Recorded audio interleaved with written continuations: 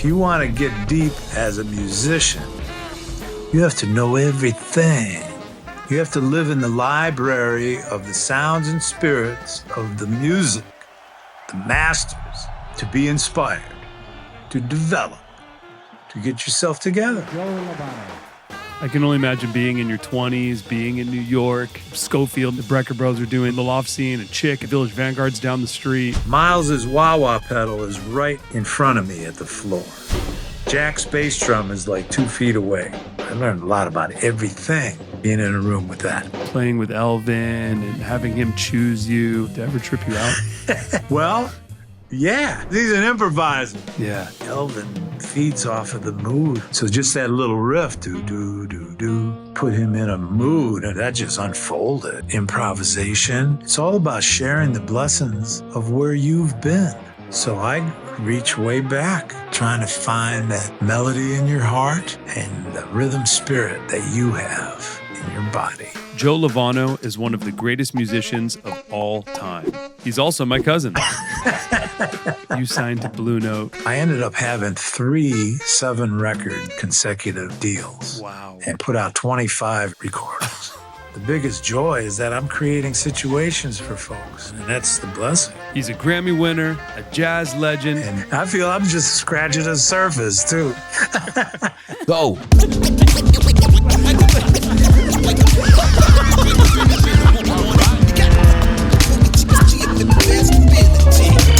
Let's go. Hey, everybody. Welcome to episode 92, and we're so happy to have you with us. Today, I'm interviewing one of my favorite humans on the planet, one of my favorite musicians, my cousin, Joe Lovano. Before we get started, I just want to say a quick note that we filmed this interview about 1 week before the unfortunate passing of Jack DeJohnette. Just want to say that we're sending Jack's family, his friends, and all of his fans around the world a ton of love. Jack meant so much to Joe and still does. They were longtime collaborators, did so many projects together. And we talk about Jack in this interview, and Joe says how amazing of a human he is, but we did film it about a week before the passing. So I just wanted to set the tone here and give you a little timestamp. So sending you a ton of love. And without further ado, here is my interview with the amazing Joe Lovano. Ladies and gentlemen, welcome to the show. Today's guest is extra special. He's not only one of the greatest saxophonists and band leaders alive, but he's also my cousin.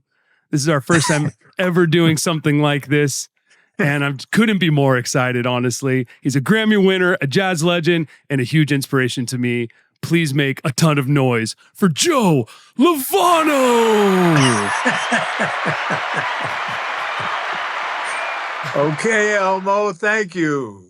Let's go, Joe. I'm so happy we're doing this, man. Oh, man. Thanks for asking. Of course, I've known you my entire life, but I have so many questions that I've never really asked you, so I'm so excited to learn more about you in this. Okay. Well, that's great, man. We got to start at the beginning. Okay. Born December 29th, 1952, Cleveland, Ohio. Mm-hmm. We're lucky to come from such a musical family. Unbelievable. No, the roots are very deep. Your dad, Big T, his brother, my grandpa Joe, Uncle Nick, and Uncle Carl are all players. And everyone played sax except Uncle Carl played trumpet, right? Right. I've heard about the basement jams in Cleveland my whole life, but I've never really heard it from your perspective. Would you please tell me about the basement jams in Cleveland when you were growing up at your dad's house, aka your house? My dad was one of the leading saxophone players in Cleveland, and he just had his centennial birthday, September 21st. Yes, absolutely. So I put a concert together at a club there called the Bop Stop that's affiliated with the Music Settlement.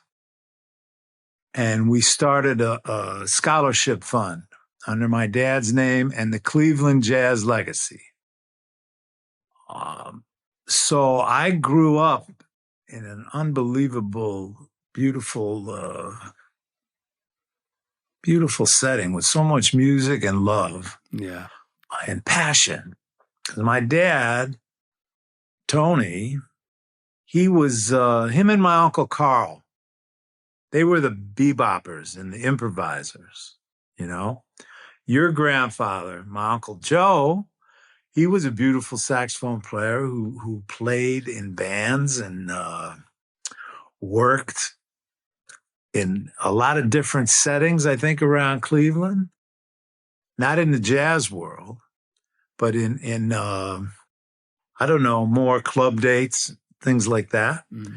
And Uncle Nick, who was 10 years older than my dad, he played his whole life in a lot of dance bands and different kinds of groups.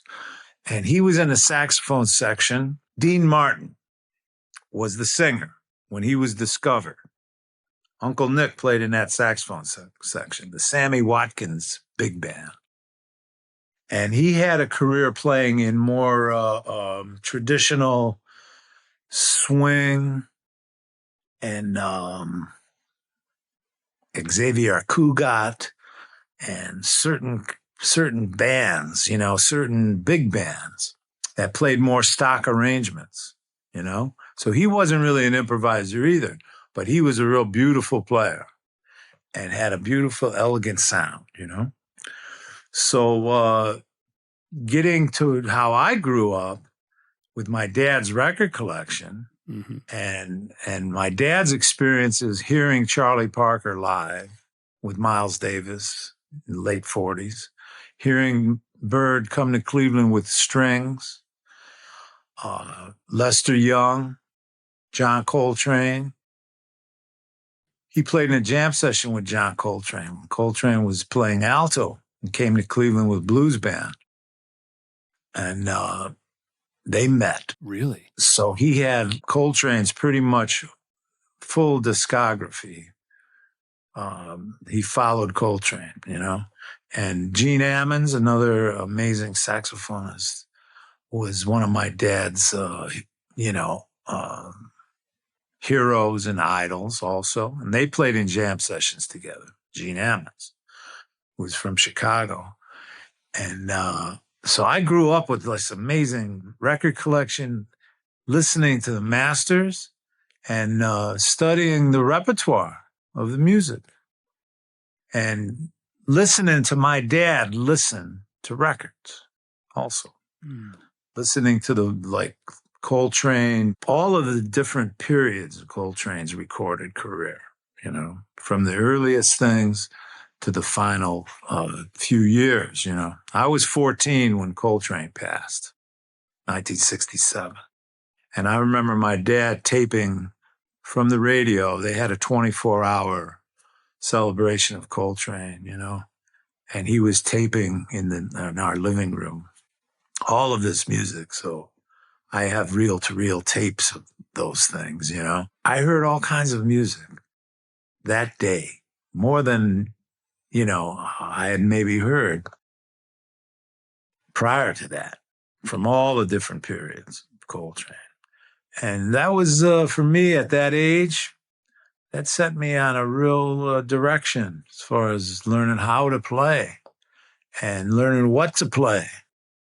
So the sessions that were at my house when I was growing up were usually my dad's rehearsals with different cats around Cleveland, different drummers, bass players, piano players coming over to rehearse for gigs. My dad he was playing 5-6 nights a week all the time. He was a leader. Yeah.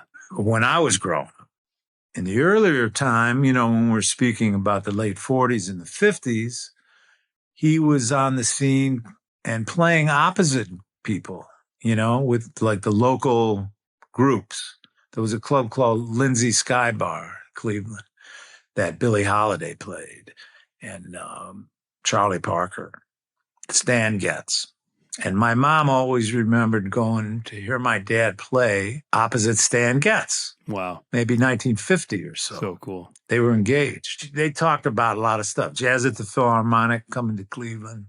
My Aunt Rose, she heard like Oscar Peterson and Ella Fitzgerald and Stan Getz and J.J. Johnson. And they grew up in a real beautiful musical environment in jazz, but also, you know, with our grandparents. Your great grandmother, and grandfathers from Sicily, they brought all kind of music.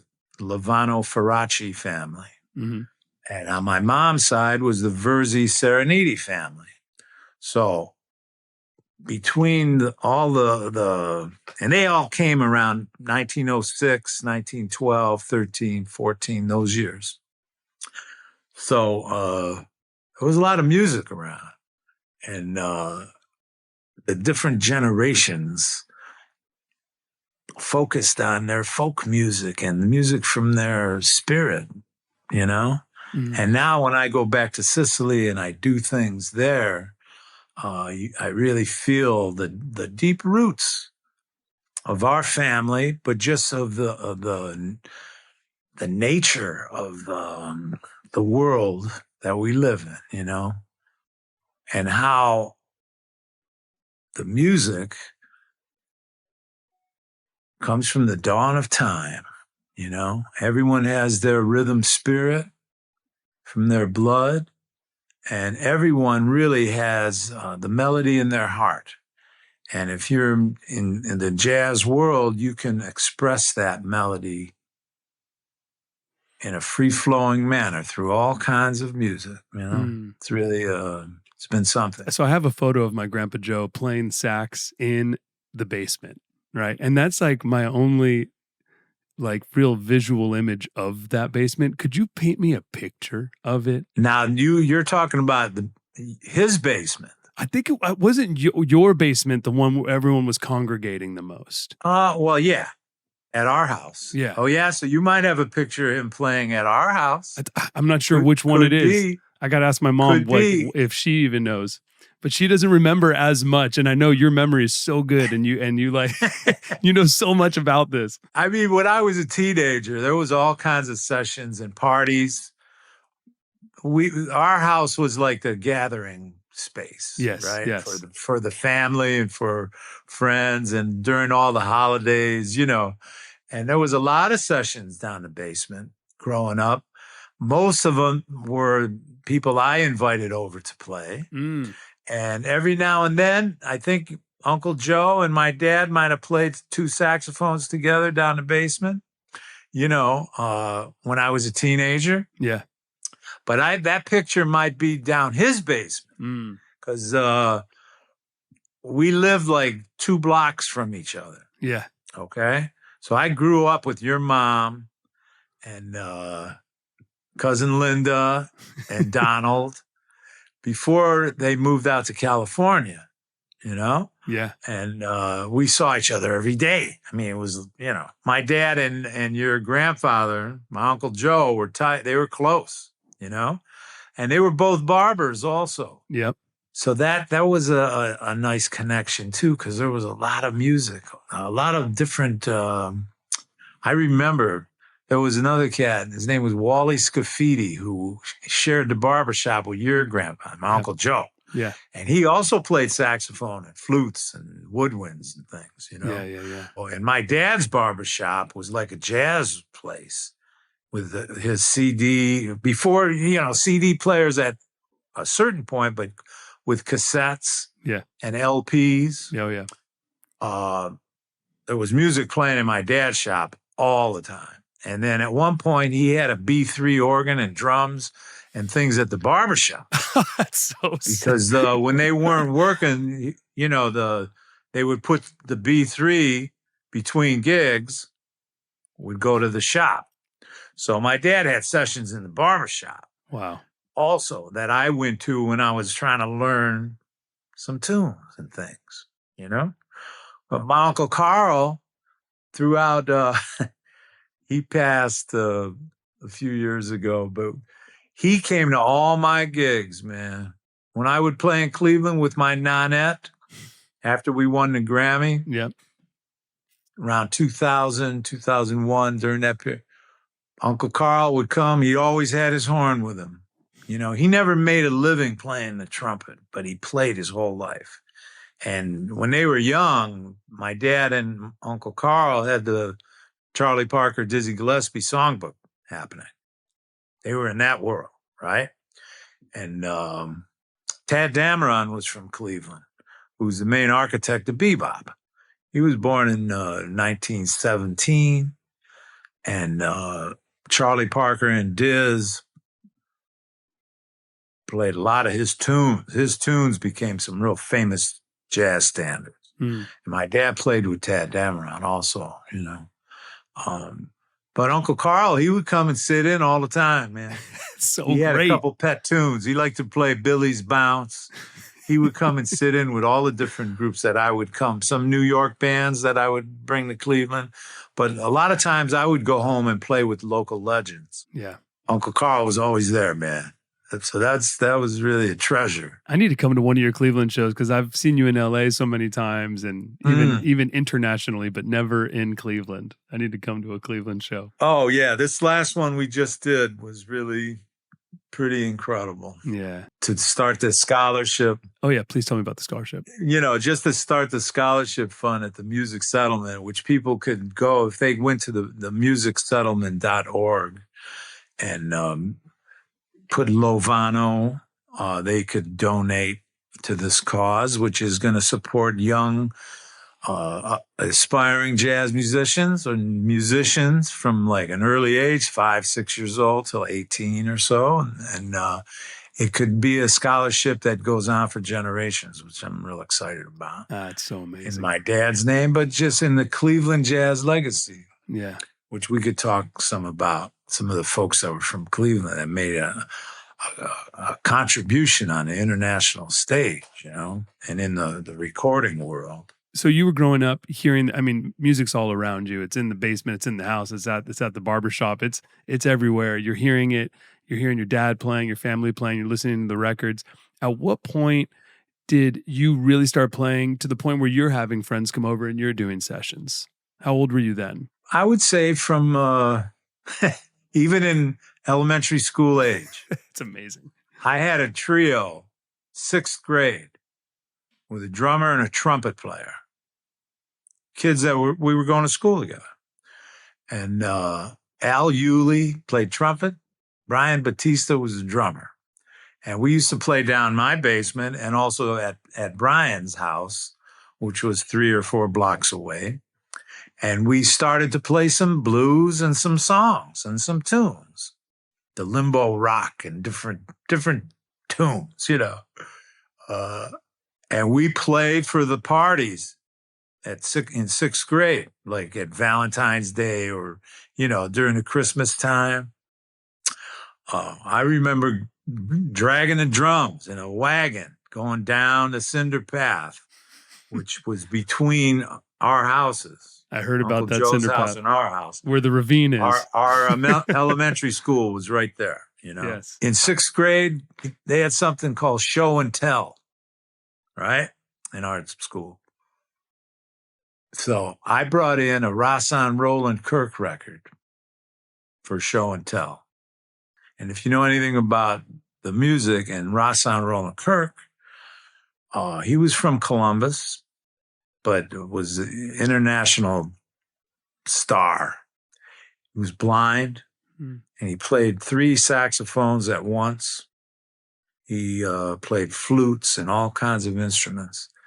And the record I brought in was called A Triple Treat, and it had a picture of him with 3 horns. I think I kind of wigged out everybody. Our teacher went and got the principal and the band director, all kind of people that they weren't hip to Rahsaan at all. He played with Charles Mingus and all kind of people in his career and was a leader and a real force of nature. Yeah, if anybody's not hip to Rahsaan Roland Kirk, check him out. Anyway, so from elementary school, I started playing with other people's my age. Yeah. And then in junior high and high school, there were certain folks that we started to play together and play gigs. By the time I was a teenager and got my driver's license, I was playing all kinds of gigs that my dad was getting called for that he couldn't do. You're subbing for your dad? You know, yeah, weddings, so cool. Parties, different things. And going and playing with folks in his generation with no sheet music. calling tunes, what key I wanted to play it in, with some incredible accordion players and bass players and guitar players and drummers. That was really the beginning of me realizing that you're playing for people, you know, and you start to play with a repertoire and develop a sound that's, I didn't want anyone to go like this when I took my horn out. So that gave me a direction right away, because when I go hear my dad rehearse or start to go sit in with his groups, 14 and 15 years old. I joined the union, Local 4 in Cleveland. I was 15. So I was playing some gigs at that age, those years, until I went to Boston after high school in 71 and went to Berklee College of Music. Those years prior to that, I was developing a repertoire and a language and studying the vocabulary in the music and hearing a lot of groups, because the cats that would come to Cleveland to play, I had a community of friends, and we all went to hear Dave Brubeck at Severance Hall. Wow. Jerry Mulligan, you know, to hear the Thad Jones, Mel Lewis band, 1970. We're in high school. And then when I heard that band, it was like, oh, wow. That saxophone section with Joe Farrell and Jerry Dodgen, Jerome Richardson, Pepper Adams, Eddie Daniels. I was like, man, how can I get myself together to play in that band someday, or a band like that? 10 years later, I joined that band, man. Oh, 1980. So that was like, you know, when you're in the audience and you're inspired by what's going on and you're hearing all these sounds and tunes and soloists, and you're here, you're there with this love and passion that they're delivering to you. Yes. You know, Dizzy Gillespie, the Modern Jazz Quartet. One of my close friends, Ron Smith, is a vibes player. We were like 15, 16 playing together. And Ronzo really had a way of playing the vibes. And we went to Berklee together, along with Carmen Castaldi on drums, who also, now he's been on my latest releases on ECM, my trio Tapestry. We have 3 recordings out. And Carmen, he moved to California and he was in Vegas for a little while. When I moved to New York in 1976, he went to the West Coast, and then he came back east, and we've been playing together. He's also featured on my recording Viva Caruso for Blue Note Records. He's one of the drummers. I have 4 drummers on that. And Jamie Haddad is on that recording. And Jamie Haddad is from Cleveland. He played in a band at my prom. That's amazing. Yeah.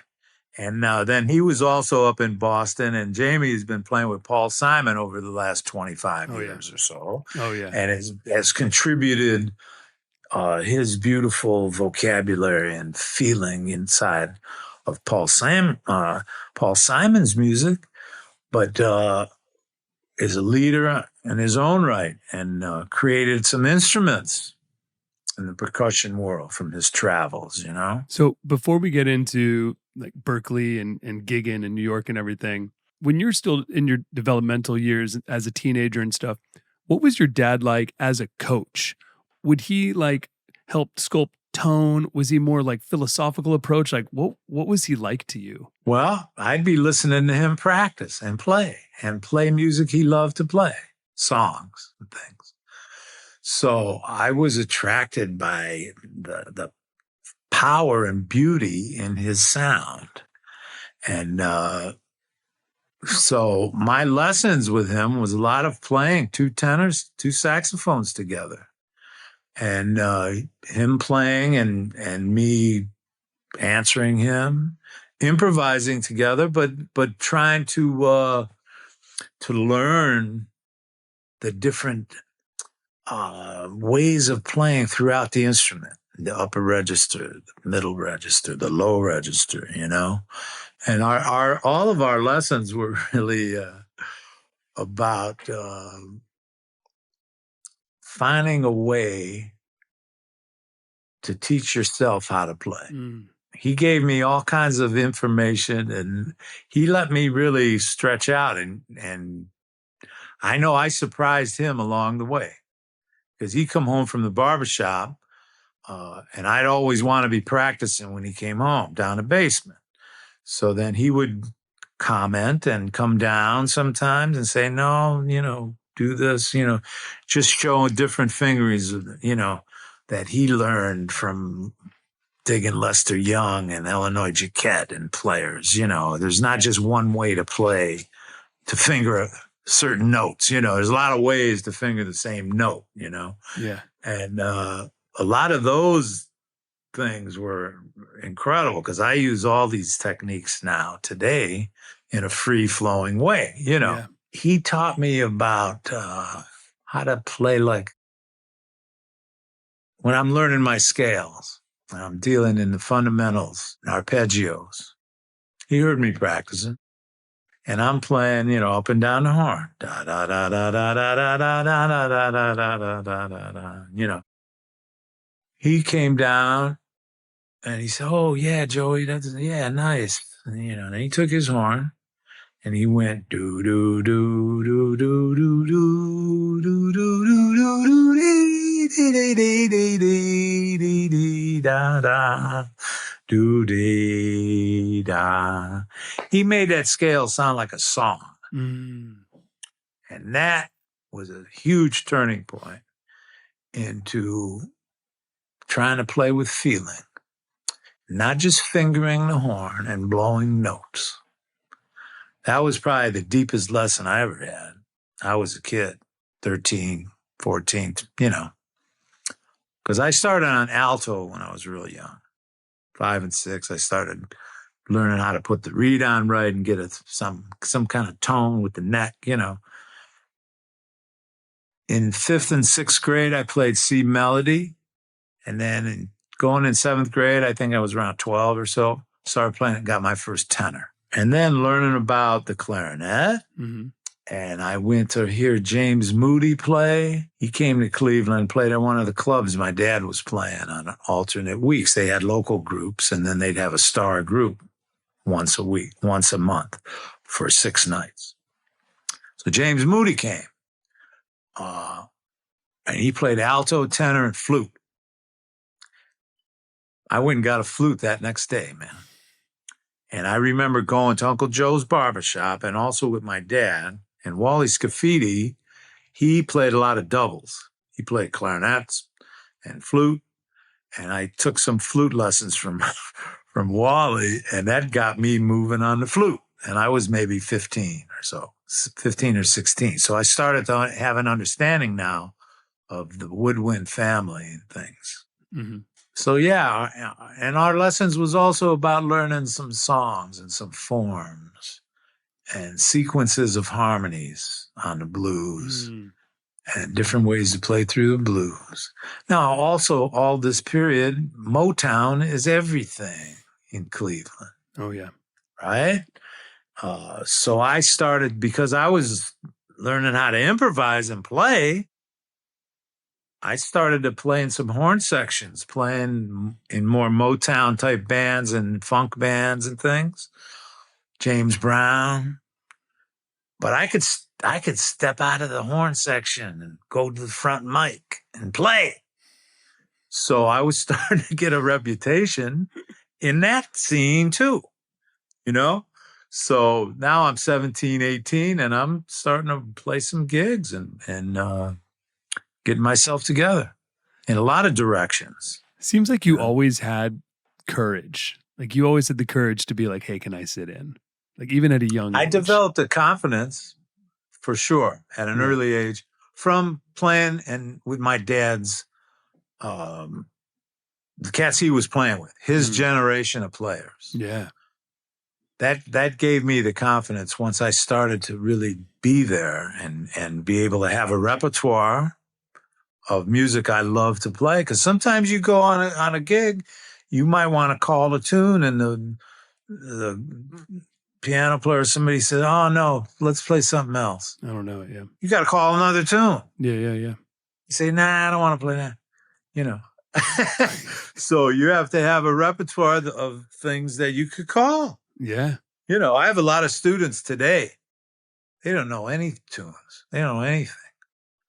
So it's like, how can you, first of all, it's hard to get a gig, but it's hard to go to a jam session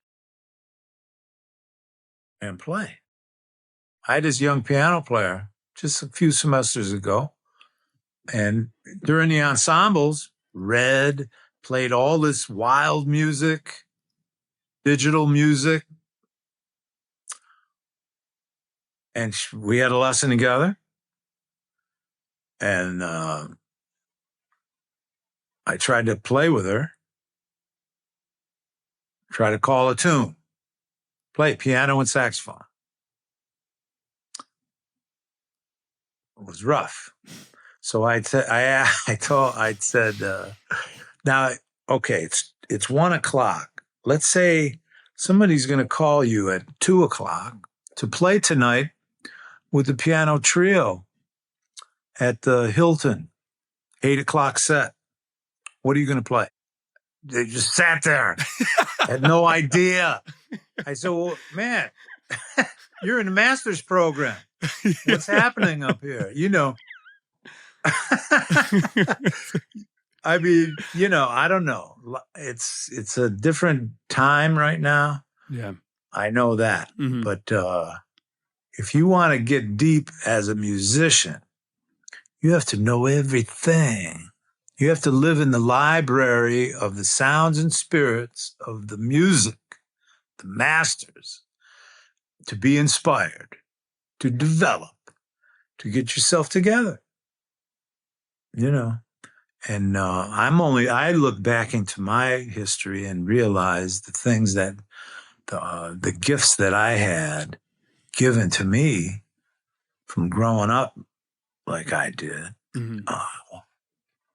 are invaluable, man. And I build on those every day today. And at this age and what I'm doing, I feel I'm still on the rise. I'm on the rise right now in my recording career and with the folks I play with and the relationships I have around the world, you know? It's amazing. And, you know, you've always been such a big inspiration to me because I grew up in a house of music as well. Like my mom and dad always playing music so loud. My dad playing guitar and keys, him and I jamming when I was 10, 11, like, you know, developing my repertoire, which he was more rock and roll. So I was developing more of the Zeppelin Beatles like repertoire. But then having you there and being like, and you telling me like Bitches Brew and these other things, right? Like, I remember meeting you back then when I would come, because I first started to come out to California to play when I was in the Woody Herman band, which I joined in 1976. So from that time, we would play every year between Christmas and New Year's. For 3 years, I was in the band.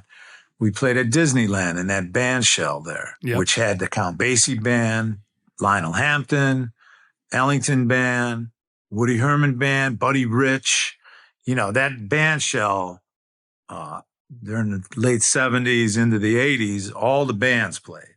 So Woody had the week between Christmas and New Year's every year because he lived in Hollywood Hills and he wanted to be home during the holidays and all that.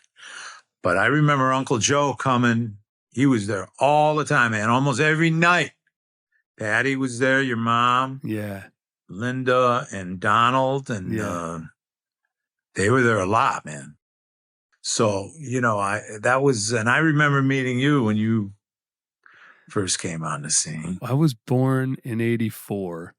And so I remember growing up, I was little and you would be on the cover of DownBeat. I'd have the DownBeat magazines around my house. Like by 1984, I started because I was with Woody from 76 to 79. By the time I have any memory, it's probably 1990 at that point. So you're in your beginning the Blue Note years. You're in that whole. I would think I was playing with John Scofield and we played out in Catalina's or did something. I remember coming in to your pad. I might have given you some drumsticks and different. You did, and couple moments there. That was when I realized that you played drums. I didn't really until you came to my house and sat on the drums, and I was like, it's actually one of my earliest memories is you playing my drum set in my bedroom. Like I was probably, I don't know, 9 or 10 or 10 or 11 maybe. Your mom remembers me playing drums down in the basement all the time. Of course. I got into the drums because some of the drummers my dad was playing with, I guess it was in sometime in the later 50s, got a new set of drums and gave my dad his set of drums for our house, like for rehearsals and stuff. Great. So those drums ended up in my bedroom. And to this day, well, you could see my drums right here behind me. These are, that set is, were Paul Motian's drums. Oh, that's Paul's kit. I had a fire in our loft. We had a fire in 1998. And prior to that, I lived in Manhattan. I had a loft on 23rd and 7th for over 20 years, 25 years. So the drums I had there, we rehearsed and played a lot at my loft. And so when we lost my drums in the fire, Paul gave me these because he got a new set of Gretsch sometime in the earlier 90s. So he wasn't playing these. But these are on all the Bill Evans records. Wow. And the Keith Jarrett records. Wow. And all of the recordings from Paul's recorded discography from maybe 1955 or something. But when he gave them to me, he pointed at them and he said, I played those with Coleman Hawkins. So anyway, it's a treasure to have that set of Slingerland. And I try to touch them every day, you know. Oh, that's so great that you have Paul's kit. I love that. And yeah, you were always such an inspiration to me because you showed me at a young age that it's possible. Oh, you can make a living in music. You can make a great living. You can have an incredible life. You can travel the world. You can do all this stuff. And then when you won your Grammy, I remember all that. And it was so great. And then having my Grandpa Joe, I would love to ask you, what do you remember about my Grandpa Joe? Because I was 9 when he died, and I never really knew him as a musician. Like I never got to talk musically with him because I didn't really start playing until I was 10, 11. Right.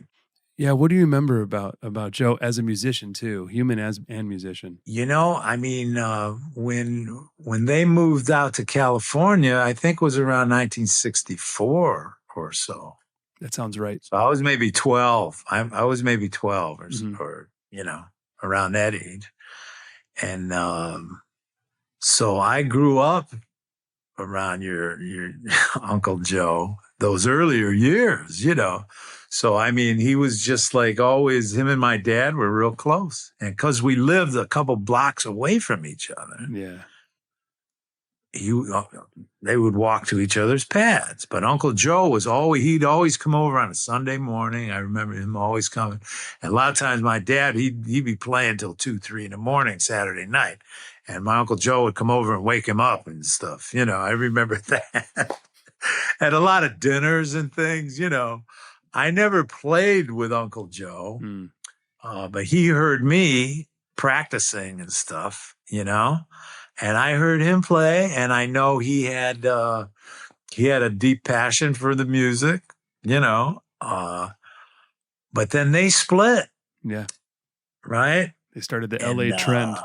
Yeah. Yeah, and it was hard because Donald and I were real close. Yeah. And they're always still talking about the Cinder Path, which was between our street and through the woods to down the street where they lived on Glenbrook. So, you know, I would only see Uncle Joe when I'd come and play in California. Yeah, and he would come out. So I didn't even see him between 64 and 76. Mm-hmm. I didn't see anybody until I started coming out to play in LA. Right. Because they didn't really come back to visit too much. And when he did, he hung out with my Uncle Nick and my dad, you know, my mom and dad. And so once I started to play in LA. Then he came to all kinds of gigs. Yeah. At the Hollywood Bowl, I remember 1983, played with Carla. I was in the Carla Bley band. And we played, the first time I played the Playboy Festival was with Carla. Playboy Jazz Fest. Yeah. Yeah. Uncle Joe came. I would always call him and tell him I was coming to play somewhere. And I didn't, unfortunately, get to really know him like I would have liked. Yeah, I understand. And him and my dad, my dad never came out to visit in LA. Mm-hmm. They were kind of separated, but they stayed close, you know. Yeah, but I really stayed close with your mom and Linda and Donald, you know. And the other kid, Vincent and Michael and Joey also. Absolutely. Yeah, I feel very lucky to come from such a loving family. Oh yeah, man, we're so blessed. We're so blessed. You know the Lovanos, the sweetest people on the planet. And my mom is just the absolute best angel in the world. I'm really proud of you and so happy how you've developed and create things to happen for all kinds of folks. Because that's what it is. It's about sharing the blessings and then developing a way of communicating. And because it's such an international scene today that we really live in. And it's amazing because music is in all languages. Well, thank you. That means the world. It means the world. Thank you so much. So, Berklee, what comes first? Did you start gigging in New York first, or did Berklee come first? Well, Berklee came first. Out of high school, I went to Boston. Yeah. You know, also during the time right then, too, my youngest brother, Anthony, started playing drums and grew up playing with my dad. And practicing with him down the basement and just learning how to play a tango, learning how to play a rumba, learning how to swing, learning how to improvise free, you know, and then funk, of course, because he grew up in more of the rock scene in Cleveland, which is really strong. And right now, today, he's one of the leading players around Cleveland, creating all kind of music, you know, with his own groups and creating gigs in certain clubs. Like every week he might play a Tuesday night where his band plays first and then it's opened up for jam sessions and things, you know, which when I go home, I go and sit in with him, you know. So for me going to Boston and being away from home, I think that opened the door for Anthony, who was 10 years younger than me. That opened the door for him to kind of start to have his own space to practice and play down the basement. Because I had my drums were in Cleveland until I brought them to New York. And then he started getting his own drums, you know. And so that legacy is really great. You know, I feel like really proud of that. But when I went to Boston, 1971, I went with my friend Ron Smith that I mentioned before and CARMEN CASTALDI, and we moved to Boston and went to Berklee. Ronzo turned out to be one of Gary Burton started, that was his first semester teaching, 1971 at Berklee. So we were already way into the music of Gary Burton and Chick Corea. Oh, yeah. Sort of certain records, Crystal Silence, certain recordings. Love Crystal Silence. Keith Jarrett's Facing You. Yeah. Crystal Silence was amazing. And then to hear them live and all that through the years was really a treasure. You know? One of the most incredible duo albums ever. Oh, man. Yeah. And just the way they played together their whole careers, they were in unison the whole time, man. It was incredible collaborations with Gary and Chick, you know. And Keith Jarrett's Facing You. There was a handful of ECM records, Dave Holland's Conference of the Birds. It was a handful of ECM recordings that we were into before we went to Berklee. And then all of a sudden, Gary starts teaching at Berklee, and Ron he was one of his top students, 1971 and 72. And I was placed in one of Gary's ensembles that first year also, and in 72. And all of a sudden, we're up in Boston, man, and we're we're in the audience of people that are our mentors, you know? Yeah. And then all of a sudden, they're in our audience. We're playing for them. John LaPorta is another one for me. The clarinet saxophonist who played with the Woody Herman's band in the 40s and played with Charlie Parker and folks, Dizzy and stuff. John LaPorta was one of the founders of Berklee, you know, and so that was amazing to go to Boston and to start playing around Boston. I started to play gigs with some of the faculty cats because I had a repertoire. You had the repertoire. You've been dialing that in for years already. Yeah. Oh man, it was crazy. Like drummer Joe Hunt, who played with George Russell and played also with Bill Evans and other folks. Joe Hunt was a beautiful drummer, man. Carmen was studying with him, and I remember going by his room, and Joe would play with everybody, but that's the first time I played with Mike Stern. I heard some cats playing. I just knocked on the door and went in. And Mike Stern was playing, I remember, and I just took my horn out and started playing with them because I knew what they were playing. And there was a lot of moments like that at Berklee in the early 70s. You know, school was really small. School was small, maybe 100 students.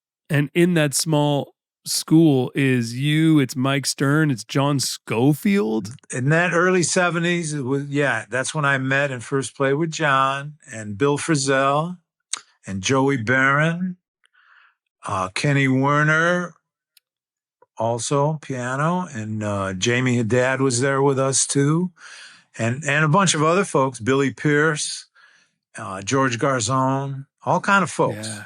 But mainly for me, it was like the first time I really played with Frisell and Scofield and Mike. And I remember Pat Metheny at some point came up, and that's when he started playing with Gary Burton, like sometime in 1974 maybe, or 5 or something. I don't know. Boston was a real hotbed. Unbelievable. Berklee attracted all kinds of folks like myself, that were already playing and into some music, you know?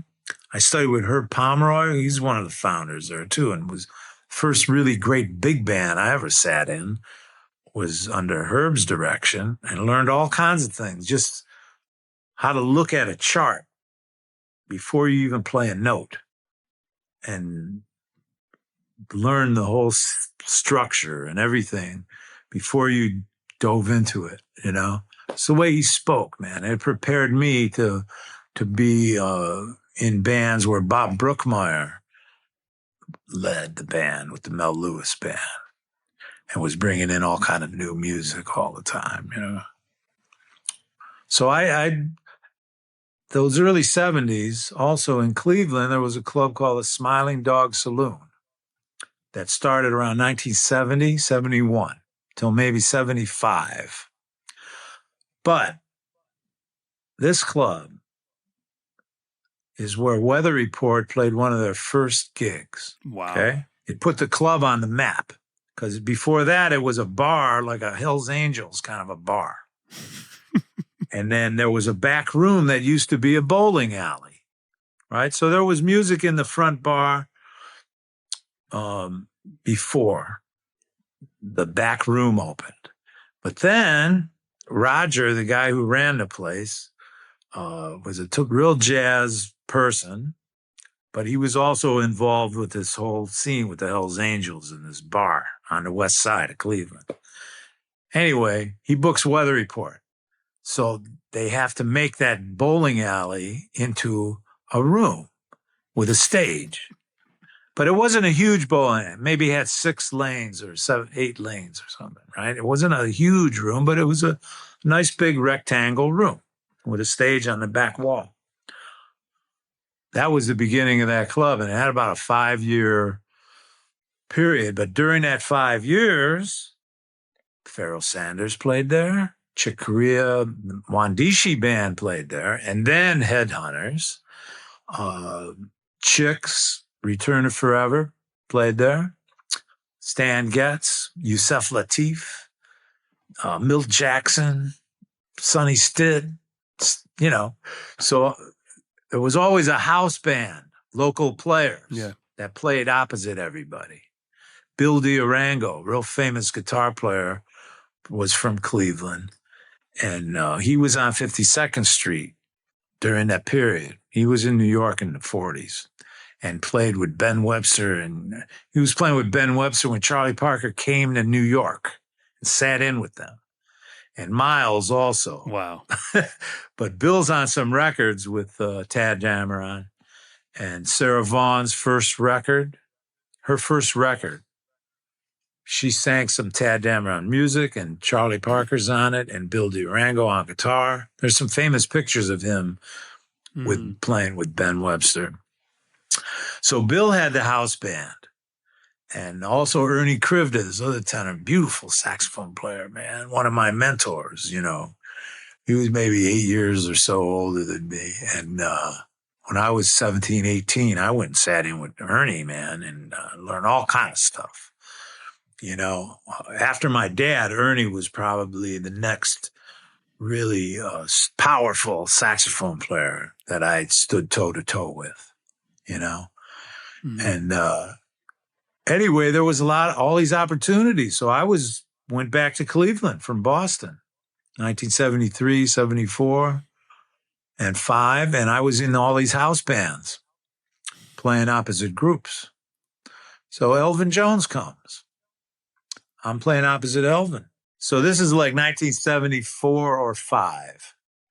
So Steve Grossman was playing with Elvin's band at the time. Dave Liedman had split to start his own group. And Roland Prince, a guitar player from Antigua, was playing guitar with Elvin. So he had a guitar quartet with Steve Grossman on saxophone. And I was playing in the band opposite them. We all got friendly, and Ernie and I ended up sitting in and playing with Elvin. But I played maybe 3 or 4 nights where I sat in. And that started my relationship with Elvin. Wow. And he said, man, you know, come and play anytime, you know? One of those treasured moments, right? What a blessing. Yeah, and so we all copped different gigs. Like Ernie, Cannonball Adderley came and heard Ernie. Ernie's playing opposite Cannonball. I wasn't there that week. But anyway, Cannonball recommends Ernie for Quincy Jones. So Quincy calls Ernie and he goes on the road. They went to Japan, and I think he did some recording with him also, mid-70s. Skip Haden, great drummer who has been teaching in Berklee for many years. Skip Haden, he's on the Mysterious Traveler Weather Report record. His Weather Report came and heard Ernie and Bill D'Arango and Skip. They dug Skip. Zaunel called Skip. He went to L.A. and he plays with Eric Gravatt. There's a double drummer, 2 tunes, I think, double drummers on Mysterious Traveler Weather Report that Skip plays on. And brother Jack McDuff comes to play, and he's got 4 saxophone band that he likes to have. So he brings 2 tenors, great cat man, David Young from Indianapolis, and Bill Cody also from Newark, from Jersey City. They're in the band, and Joe Dukes, I don't know if you know Joe, the Dixie Bomber, they called him. He's on some famous records with Jack McDuff, brother Jack McDuff. One of these really fantastic musicians and drummers from Memphis. So they need an alto and a baritone for the week. They usually picked up cats in each town. So they knew I had a baritone, and I was playing in the group opposite them. I ended up sitting in on baritone, and Willie Face Smith on alto. And Face is the cat who wrote some of those orchestrations for my nonette. He was my dad's part. They were tight. And Willie was one of Tad Dameron's copyists. back in the 40s and the 50s, and he played with Lionel Hampton's band. He was a great alto player, man. You heard that he heard Bird. He was in a room with Charlie Parker, because when you heard him play, he had this kind of just beauty in his tone that was real special. Anyway, Face and I play with MacDuff. A couple weeks later, he calls us to join the band. He has all these gigs through George Wein and the cool jazz festivals that were going on at that time, mid-'70s. And there's an organ summit that George Wein is producing. So he's got Brother Jack McDuff, he's got Shirley Scott Trio, Jimmy Smith Trio, and Larry Young, and one of Larry Young's first bands after he left Mahavishnu Orchestra with John McLaughlin. So we're on the road, touring the States in that setting. So that was one of the big gigs that I got playing at the Smiling Dog. You are heard, and people, Lou Donaldson came, and Lonnie Smith, Dr. Lonnie Smith, was playing organ with Lou, and I wasn't there. And I was up in Boston, and he was looking for a tenor player, and he heard about me. So someone gave him my mom's, my number, our home in Euclid. So my mom calls me in Boston. She says, someone's looking for it. His name is Lonnie Smith. She gives me his number, and he's in Detroit. And I fly to Detroit and join Lonnie's band. Wow. That was like 1974. He hadn't even seen you play? Really? He just heard about you? He hadn't really heard me. No, he heard about me. And just from the recommendations, he called me. And I flew out to audition. Yeah. I flew to Detroit. We started to play. And that led to my first time coming to New York to do a recording. The record's called Aphrodisia. It was on the Groove Merchant, the Groove Merchant label. Love that record. Oh yeah, you know that record. It's so good. Yeah, I'm a big Lonnie Smith fan. Like Lonnie is incredible, and it was like, yeah. I mean that's like the early funky organ music. And Aphrodisia is so good. Well, that was fun, man. It was a trip because we were playing a lot together. Yeah. Jamie Haddad also came, and he joined us for a minute, and he's on a couple tunes on that recording with us in New York also. But from that moment, coming to New York with Lonnie, playing some trio gigs with Billy Hart on drums with Lonnie around New York. Wow. And then joining MacDuff and coming and playing the Cool Festival at Carnegie Hall with all those the organ thing. And also at the Club Baron in Harlem. I started coming to New York and playing and doing things for 2 years before I moved to New York. I moved to New York in 76. But those 74 and 5, I was coming to town and going around, sitting in, playing with folks. Meeting a lot of people in my generation of players, because every generation has its peoples, leaders, and folks that are on the scene, And New York is such a wide range, multicultural exchange, and multi-generations. You're playing in all generations all the time. Mm-hmm. And at 23, when I moved to New York, that was what was happening. So I started to get some gigs and play with folks. And people must have been hearing you on that Lonnie Smith record, right? Like that must have been the first thing that kind of put you on the map of like, oh, who's this tenor player? On the radio. And you stand out on that album. Well, Mike Brecker came. Mike Brecker was in Billy Cobham's band. Yeah. With Randy, John Abercrombie, I think Don Grolnick, and they came to Cleveland during this time. The Smiling Dog is happening, but they didn't play at the Dog. They played at some other ballroom, the Agora Ballroom or somewhere. Anyway, Scofield I had just taken Abercrombie's place in the band with Billy Cobham. So I went down there. I was hanging with Scofield. Yeah. And so that was the first time I met Mike, you know, and first thing he says to me, he says, "Oh, I've been listening to you on, Lonnie Smith's record." Because the radio stations all over the country were playing that record a lot.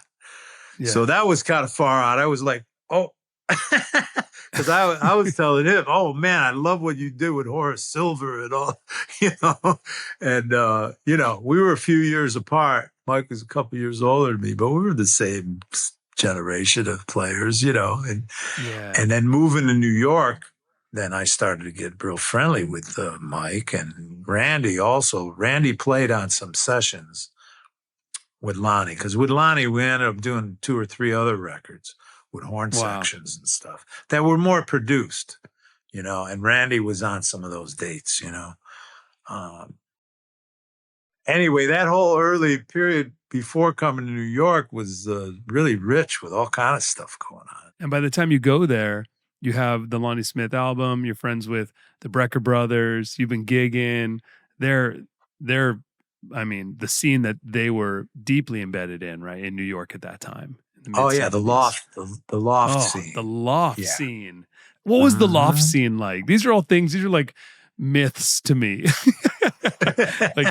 What was that actually like? I'd say Mike, Mike from like 1971 or so, and Dave Liedman, Steve Grossman, just the saxophone players that played every day together, all day and all night.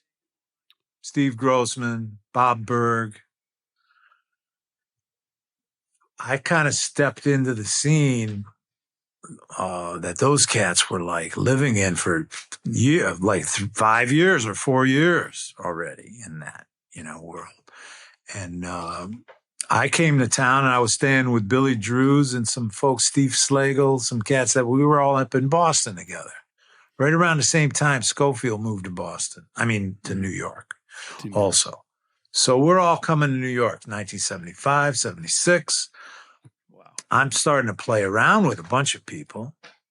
I go to a session at Albert Daly, a great pianist who played with Stan Getz and others, Art Blakey and the Jazz Messengers. And he was holding a Sunday session in a club called Folk City, which is across the street from where the Blue Note is now.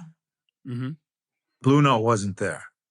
Folk City, where Bob Dylan and all kind of folks played in the 60s. There was a Sunday jazz day and night. And Albert played a matinee set with his band, and then it opened up for jam sessions. So I went down there. I started playing with Albert. And first time I played with Woody Shaw and different folks that would come to play with Albert. And that's how I got the gig with Woody's band. Some cats came and we played together. And this great saxophone player who played with Woody in the 50s and 60s, in the 60s, with Sal Nestico. Joe Romano and Sal Nestico were 2 really amazing saxophone players from upstate New York, Rochester and Syracuse. And they were in Woody's band in the 60s. And Woody's 40th anniversary was that year, 1976. So they called Joe to come back on the band for this big celebration at Carnegie Hall and to tour with the band for the 40th anniversary year, right? Or whatever. And Joe didn't want to do it. So he said, "Call this young man." I had just given him my number, where I was staying in New York, 2 weeks before. And all of a sudden, I get a surprise phone call, again from my mom, because I gave Joe my phone number in Cleveland. So I ended up joining the Woody Herman Band that year. It's so great. August of 76. And this Carnegie Hall concert was in November with all of the stars from Woody's band. Stan Getz, Zoot Sims, Al Cohn, Jimmy Giuffre, the Condoli brothers, Jake Hanna, Don Lemon, who was on the original Four Brothers in the 40s, you know, like all these all-stars are on the gig. And I'm in the band. We're all playing all the parts and everybody else is playing all the solos. So when we played Early Autumn, which is the tune that Stan Getz played when he was 19 or 20 and made him famous, put Stan Getz on the map, this recording of Early Autumn. So I went to the front mic to play my part with Stan Getz playing lead. My sister Laura and my Aunt Rose, they came to New York for this concert. They were sitting kind of right in the front. And my aunt had heard Stan Getz at Jazz at the Philharmonic, you know, back in the late 40s, early 50s or whatever, the 50s, I guess. So I played my part with the saxophone section with Stan Getz. And that also was one of the high moments for me at that time. I was 23. I can imagine.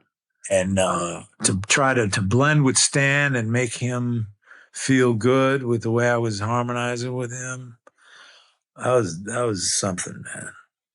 And that kept me on Woody's band for a little while. But during the time I was on Woody's band is when I got my loft during that time on 23rd Street and 7th. So then I had a space where I could play with drummers till midnight. Oh. And when I left the band, I had my loft already for almost a year. And yeah, so a lot of crazy stuff was going on, man. I can only imagine being in your 20s, being in New York. You know, you have these school buddies that are like Scofield and such. You're all there together. You're growing in the scene. You have these mentors that you're playing with. The Brecker brothers are doing the loft scene, and Chick and everyone's all right there down the street. You're down the street. Village Vanguard's down the street. I can only imagine what that life was like for you in the late 70s, early 80s. Well, you know, it was like a magical, crazy thing. It must have been so fun. Well, it was, because I had a space now that I could invite people over to play.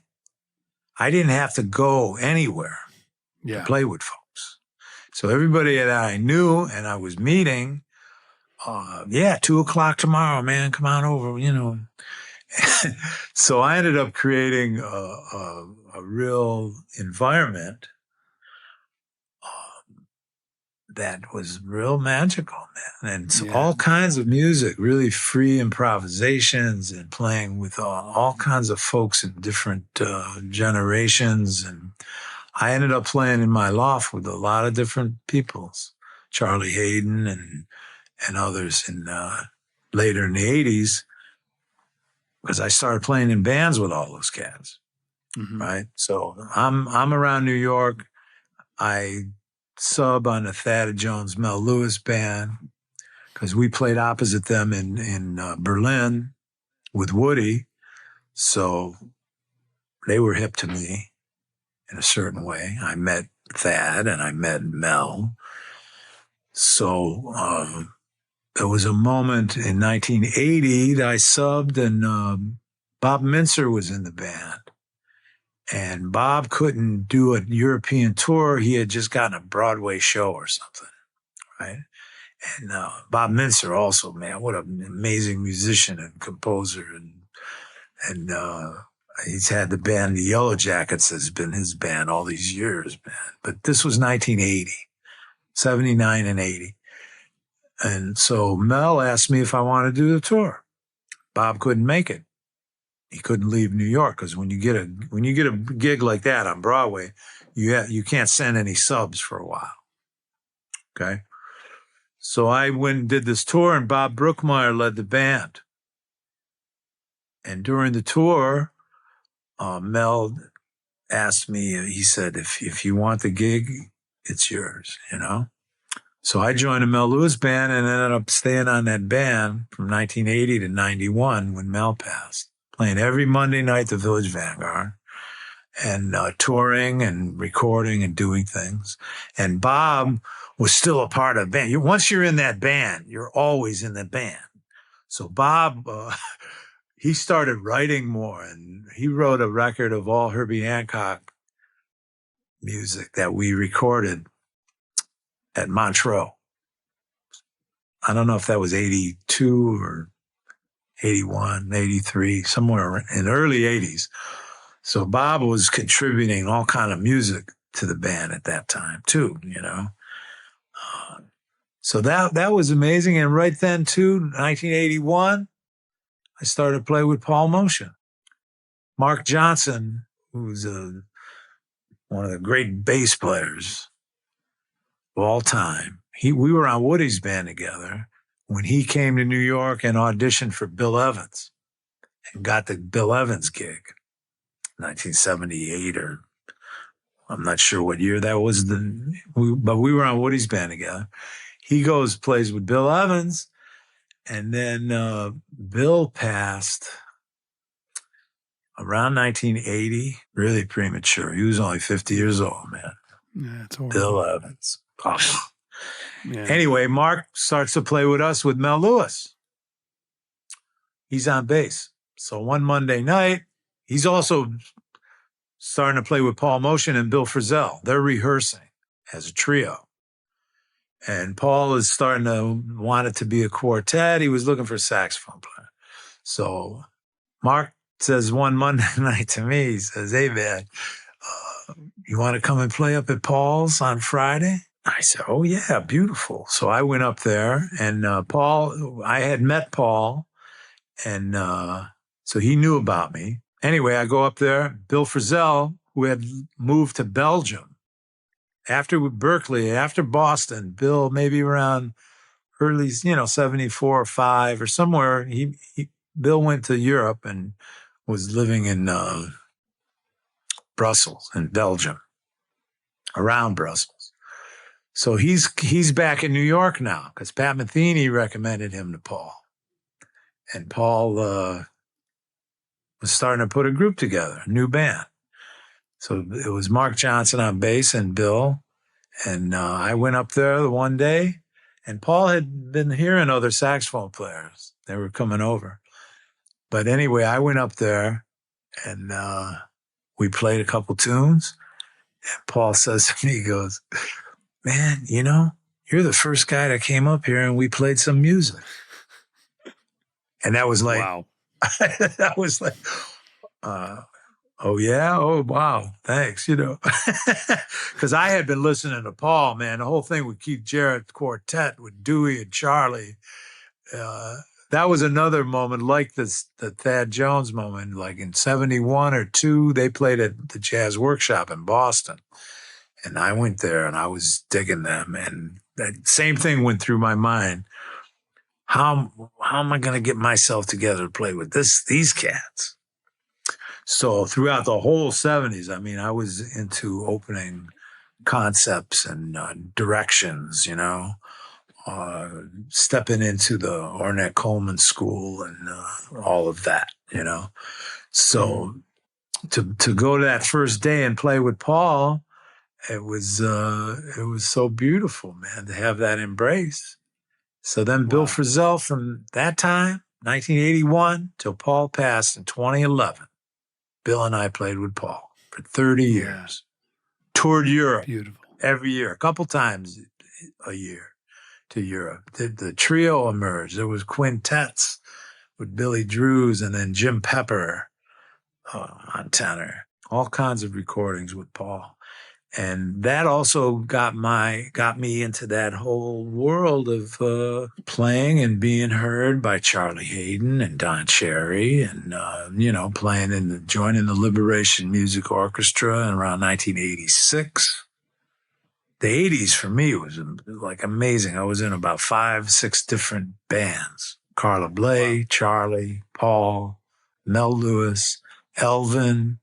Toured Europe with Elvin in 1987. Yeah, we got to talk about Elvin and the Jazz Machine. Come on. Yeah, no, that was incredible to get that call. And you also started making your first records as a leader in the mid 80s, right? Through playing with Paul on, we recorded for the Soul Note Black Saint label in the 80s. Also ECM. My first encounter with Manfred and ECM was with Paul in 1981, right? But yeah, in the mid 80s, Giovanni Bonandrini was the producer, and that was his label, Black Saint Soul Note. And from playing with Paul, he offered me a date. So my first record as a leader was around 1984 or 5, Tones, Shapes, and Colors. And Mel Lewis played drums, Dennis Irwin bass, Kenny Werner piano. And we did a live set, the Jazz Coalition Center in New York. I thought it was real important for my first record as leader to have a live session. So there's no overdubs, no muss, no fuss. We play the way we play. Boom. And put a date together, the repertoire and all that, you know? And we were playing. I was in Mel's band. Dennis was in the band, Kenny. We were playing that rhythm section. We were all very familiar with each other. And Mel was one of the great drummers of all time, man. And he came and played gigs in Boston for $100. He didn't care about, he came, he wanted to play. And he was a mentor for all of us, Mel Lewis, man. He was incredible. And him and Paul were real close. Paul was there the first night that the Thad Jones, Mel Lewis band played the Vanguard, 1966. That first Monday night, the room was packed with all musicians. Paul was there for that opening night because he had been playing the Vanguard with Bill Evans and everybody for, since the late 50s. And so Mel and Paul were real close. And Judi and I actually, my wife, Judi Silvano, is a great musician and composer, and she came up in the modern dance world, and she's an artist, a visual artist, and we got married in 84. And at the wedding, Mel played the foxtrots, and Paul played the horas and the tarantella. I always tell that story because it was like a joyous party, but the music, there were 9 saxophones playing at one point. Yeah, our wedding, the reception was really far out. It was incredible. Yeah. That's so beautiful. Yeah, I found myself in the middle of like all these different schools of players in New York. Also in the Latin scene. Sitting in and playing a couple gigs with Mario Bauza's band when he came back with all the Cuban and all the all-stars in his world. And also Machito's band, subbing. Was a great saxophone player, Mario Rivera, he was in all those bands and played with a kind of a Joe Henderson kind of approach in a way in the Latin scene. And I subbed for him on a handful of gigs with some Latin cats, man, from Puerto Rico and Cuba. And during that same period in the 80s, it was really rich in the diverse directions and starting relationships with all kind of people. All right. So speaking of relationships, so you meet Elvin Jones earlier in Cleveland. So now 1987, Elvin Jones invites you to join Elvin Jones' Jazz Machine. Jazz Machine. What was it like playing with Elvin Jones? Oh, man. Well, first of all, he's like a whole orchestra, the way he accompanies and plays themes. And his inner orchestration is like just full of magic and love, The first time I got the call from Keiko was in 1982. Pat LaBarbera was in the band. And Pat lived in Toronto.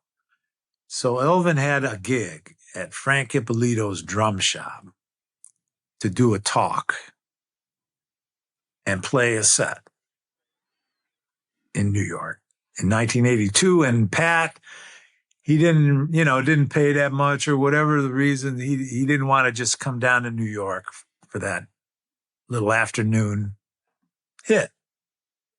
So Keiko called me to make that gig. So that's the first time that I got the call. But I had been sitting in with him from the time I moved to New York in 76, every time Elvin played anywhere, man, because he invited me to come and play.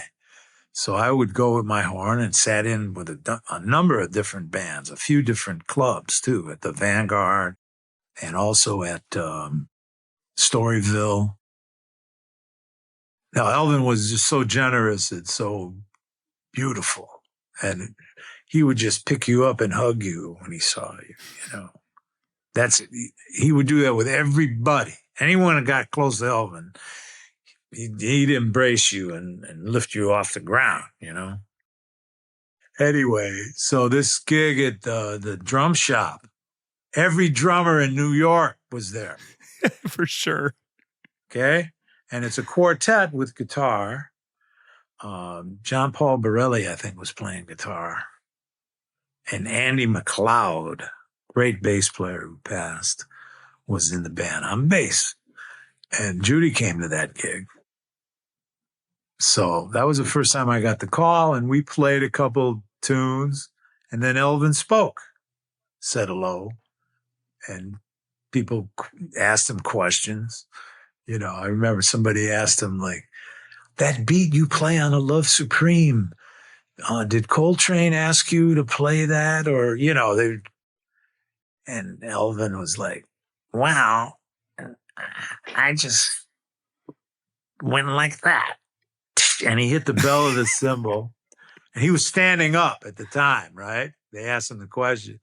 So he's standing up and he hits the cymbal, hits one beat on the snare drum, hits the bass drum, then he starts to sit down. And he played for about 10 minutes, man. And improvised and played all around the beat that you know from A Love Supreme, you know? Yeah. Oh, no, I'm standing right there by his ride cymbal. It was like, whoa, oh, yeah? Okay. Because he's an improviser. Yeah. And whatever the music suggests, Elvin feeds off of the mood and feeds off of what's happening, you know? So just that little riff, do, put him in a mood, and that just unfolded, you know, the way they recorded that and where all that music came together, you know. So that was an amazing day. And then in around 87, Sonny Fortune and Pat were still in the band, right? But they couldn't do this tour. So I got the call and went and played 2 weeks at Ronnie Scott's in London. I flew to London to meet the band and knew the repertoire, you know. There was no rehearsal or anything. We kind of set up and we might have played a little for the sound check, but Melvin didn't usually make the sound check. Keiko set the drums up and he would just come in there and fine tune them and then hit. Yeah. But that first day, we might have played a little bit. And it was a great band with Fumio Itabachi, this Japanese piano player, and Andy McKee. Andy McKee was in the band on bass. So I was supposed to play with Sonny Fortune, 2 tenors. And Sonny didn't make it. Mm-hmm. He had some other work with Abdul Abraham or something. And so I ended up playing quartet. There was a few moments a couple of cats came and sat in and played with us, 2 tenors, but 9 weeks on the road. But the first 2 weeks at Ronnie Scott's. Epic. Which was amazing to play every night, same room, and get next to Elvin like that. Oh, it was such an intimate, tight room, too. Oh, it was a blessing, man. Yeah, that was a blessing, man. And then 10 years later, he played on my recording, Trio Fascination on Blue Note Records. Wow. With Dave Holland on bass. That was 1998. Did it trip you out being in your 30s and playing with Elvin and having him choose you and just kind of like, you know, being in the same world as Bird, you know, like playing that, having Elvin choose you for that? Did that ever trip you out? Well, yeah. To have his embrace, man, was beautiful. Yeah. But, you know, at the time, in the 80s, I was playing with Mel Lewis. I was playing with Paul Motian also. And first time I played with Jack DeJohnette. I mean, the 80s, there was a lot of stuff going on. To actually tour with Elvin was really amazing, man. I learned so much about how to become a leader and the intense intimacy that you have to play with when you play with people. What is something that you learned from Elvin about being a leader? Well, just about breathing together and feeling the spaces. One of my tunes is called Lines and Spaces, a tune I wrote in reflection of what you'd have to do. You don't just play notes. It's the spaces and how you feed off each other as you're playing together, you know? So the thing about Elvin,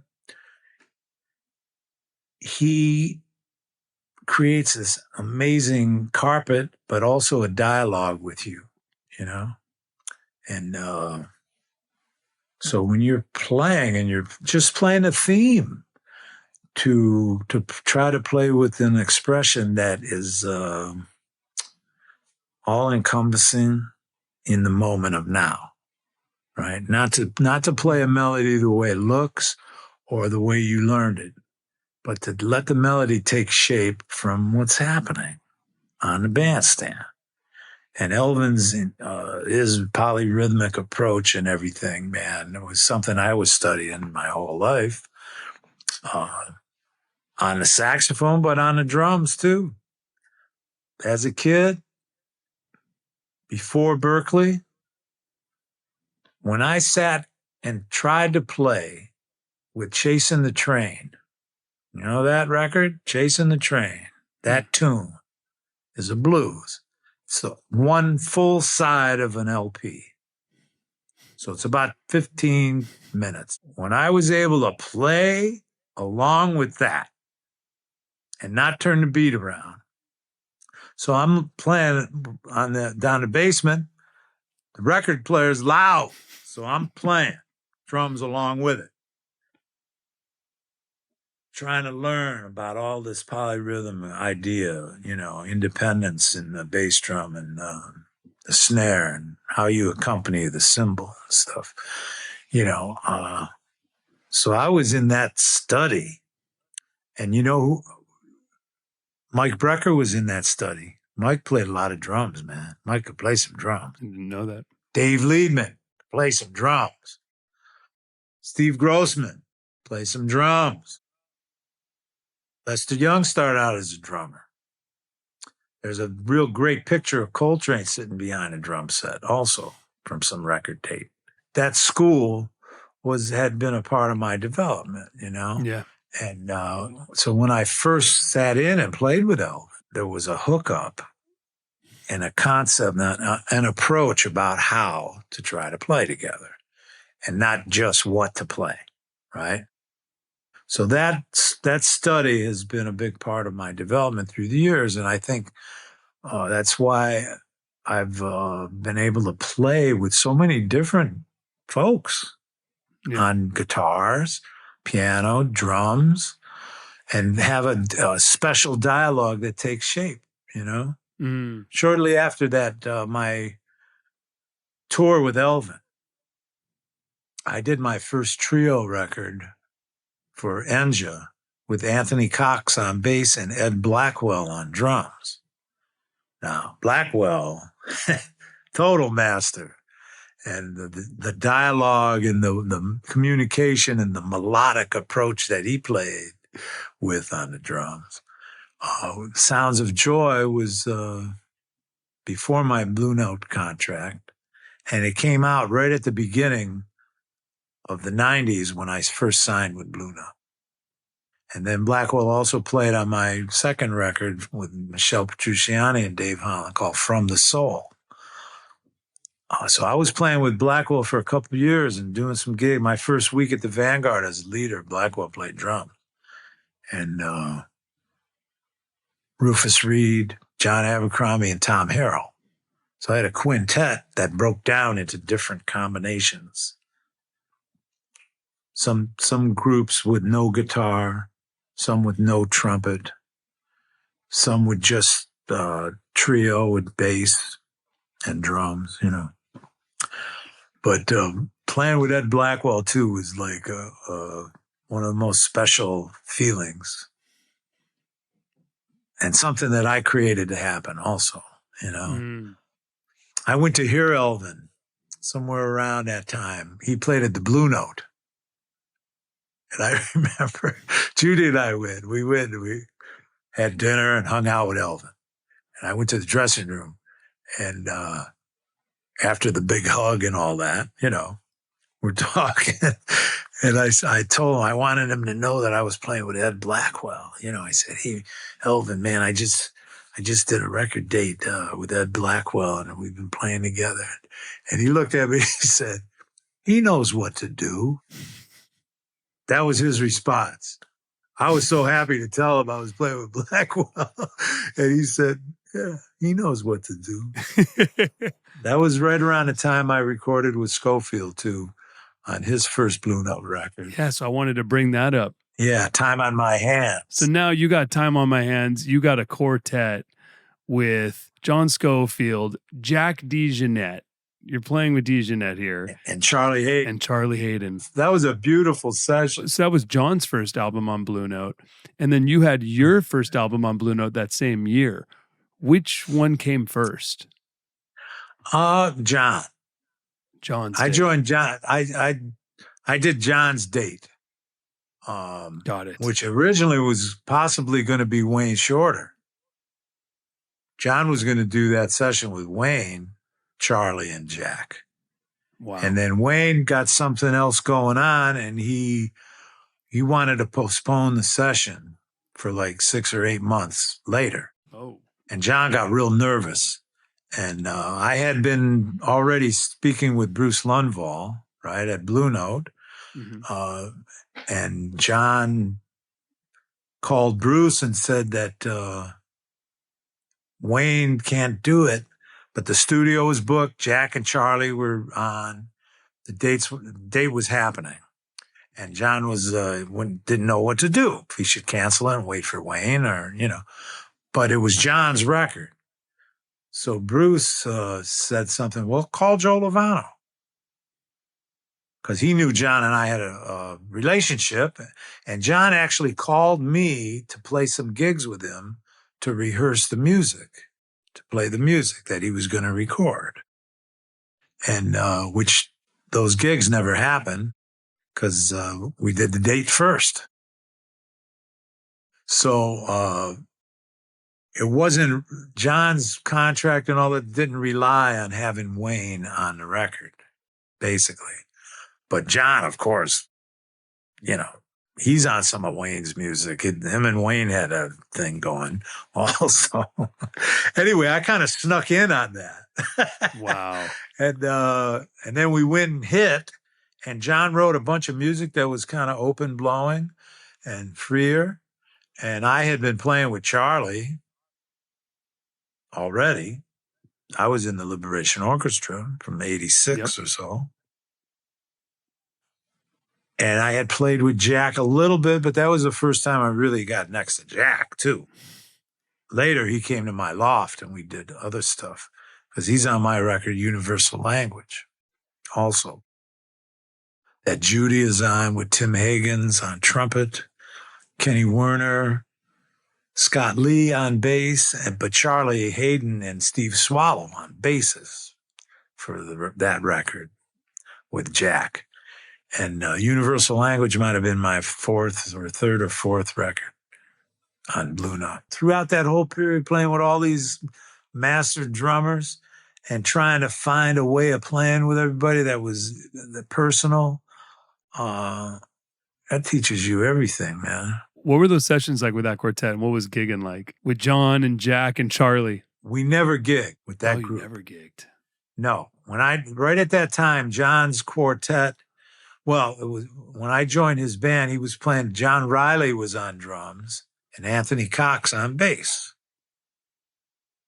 So Those were the first quartet gigs that I did with John. We played in New York. We played in Boston. We went to Japan.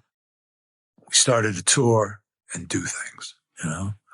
And then shortly after that, Bill Stewart started playing with me because I was teaching at William Patterson between 83 and 90. Bill was going to William Patterson, like late 80s. And we started to play together then. So when he graduated school, he was in one of my bands.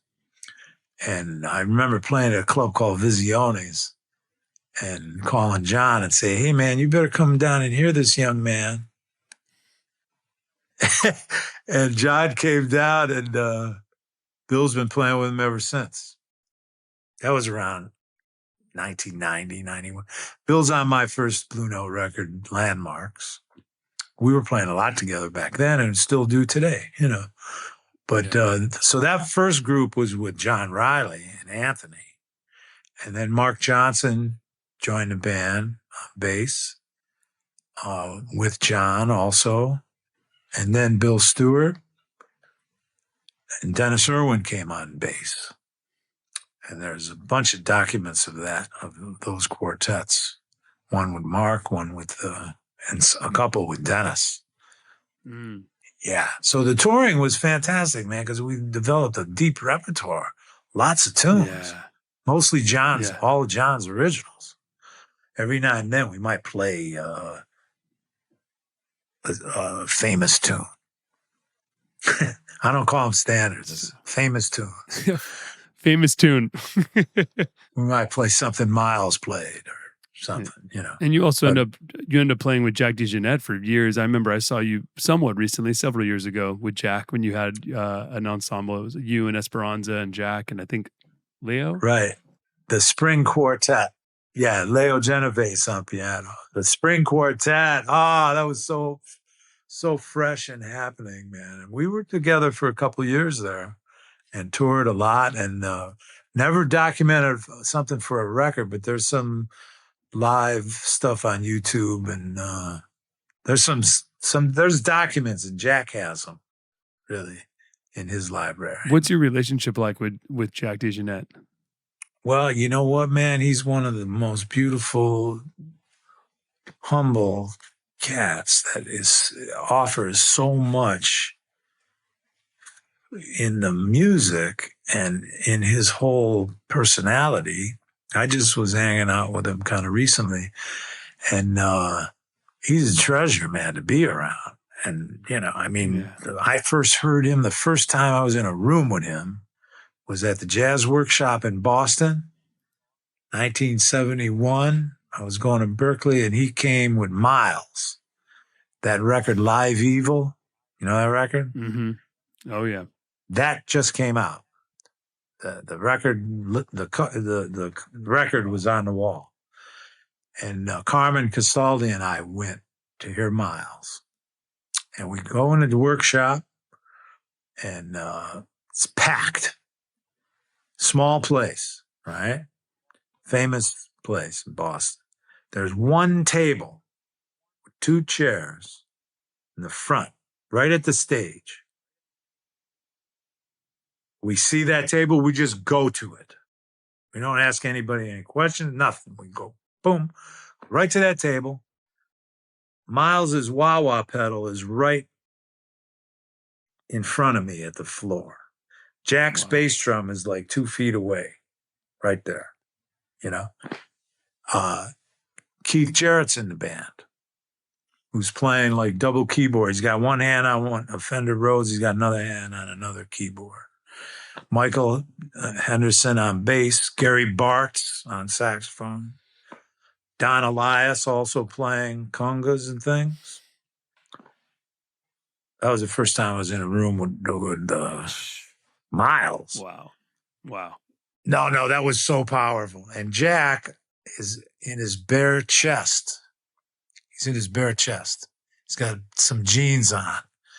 And he's sitting and sopping wet by that, you know, because they played like some intense, incredible music, man. Super intense. And, you know, 1971, coming after Coltrane passed and all the energy in Coltrane's music, that was a direct influence to what Miles was doing, man, but in a more electric way, the way I felt it, because they would play short little themes and then just go and improvise and play off of follow the sound and let them take them somewhere. I learned a lot about everything being in a room with that. It's incredible to witness. Yeah, and then through the years, then getting to know Jack and always telling him that story, talking about it. Because that period, I think, that was a strong period. That was right after the Chick Corea and Dave Holland and Jack with Wayne was Miles's quintet. And then the Fillmore thing started to move in other directions. And when it arrived to that Live Evil cellar door period, the early 70s, that was some amazing, beautiful music, man. Yeah. So 1990, you signed to Blue Note, released your first album on Blue Note. You released a handful of albums over those next several years on Blue Note. How did it feel for you to sign to Blue Note at that time? Oh man, it was crazy. I was like, it was like a dream you never really dreamt, Bruce Lundvall, he started the label back in around 1985 because Blue Note was kind of laying dormant from 72 or 3 or something. They didn't record anything new. But Michael Kuskuna and they were releasing more unreleased material and stuff through those years. A lot of Japanese. There was a big connection with Toshiba EMI, Mr. Namigata, and Bruce and Michael Kuskuna. It was that period there, late 80s. And since Bruce started the label again, was president, there was a lot of good energy. All kind of beautiful things. So, when I signed, I didn't have to play him any tape of something I wanted to do or anything. I just had a meeting with him and we talked about the music. He said he'd been hearing me and what I have in mind or something. I started to name some things, call some things I would like to do. And I ended up having 3 7-record consecutive deals. Wow. And put out 25 or so recordings. That was like unheard of, man. I couldn't, because they could cancel you at any moment. Yeah. You're responsible to deliver a recording. The way my contract was, I'm responsible maybe 1 a year to, deliver something. So it just kept snowballing from one session to the next with ideas that I was having, but also with people I was dealing with for, throughout my lifetime. And I was able to document some incredible performances, some live sessions at the Vanguard and the Gunther Schuller Rush Hour recording. One thing just went from one session to the next, and each one I was presenting the music that I was releasing and recording, different ensembles, different groups. And I ended up documenting some really precious music for me, and I think the offering turned a lot of people on, through the years. And it led to some incredible projects and ideas, and I followed through. I have like my band Us Five that had Esperanza Spalding and a double drummer idea, Otis Brown and Francesco Mela and James Weidman on piano. We have 3 records out: Folk Art, Bird Songs, and Cross Culture. There's a few of my Nonette that won the Grammy in 2000. There's 3 recordings with the Nonette, one live at the Vanguard, and on one that Gunther did reorchestrations for me of The Birth of the Cool Suite. Bruce gave me an opportunity to explore some ideas and make them happen, you know? And you explored dozens and dozens and dozens of ideas. It's so incredible. I feel so blessed to be able to do that with people that I had deep relationships with. Yeah, that we collaborated and really put it together. When I started playing with Hank Jones, I have 3 recordings or 4 out with Hank, with George Mraz and Paul Motian. And then the last one, my last release on Blue Note was live at Newport with Hank, George, and Lewis Nash. But it was recorded in 2006. Hank was 88 on that date, man. We played Newport, and I had it recorded because they couldn't come out. Blue Note couldn't do it because I was in the middle of some other project that year.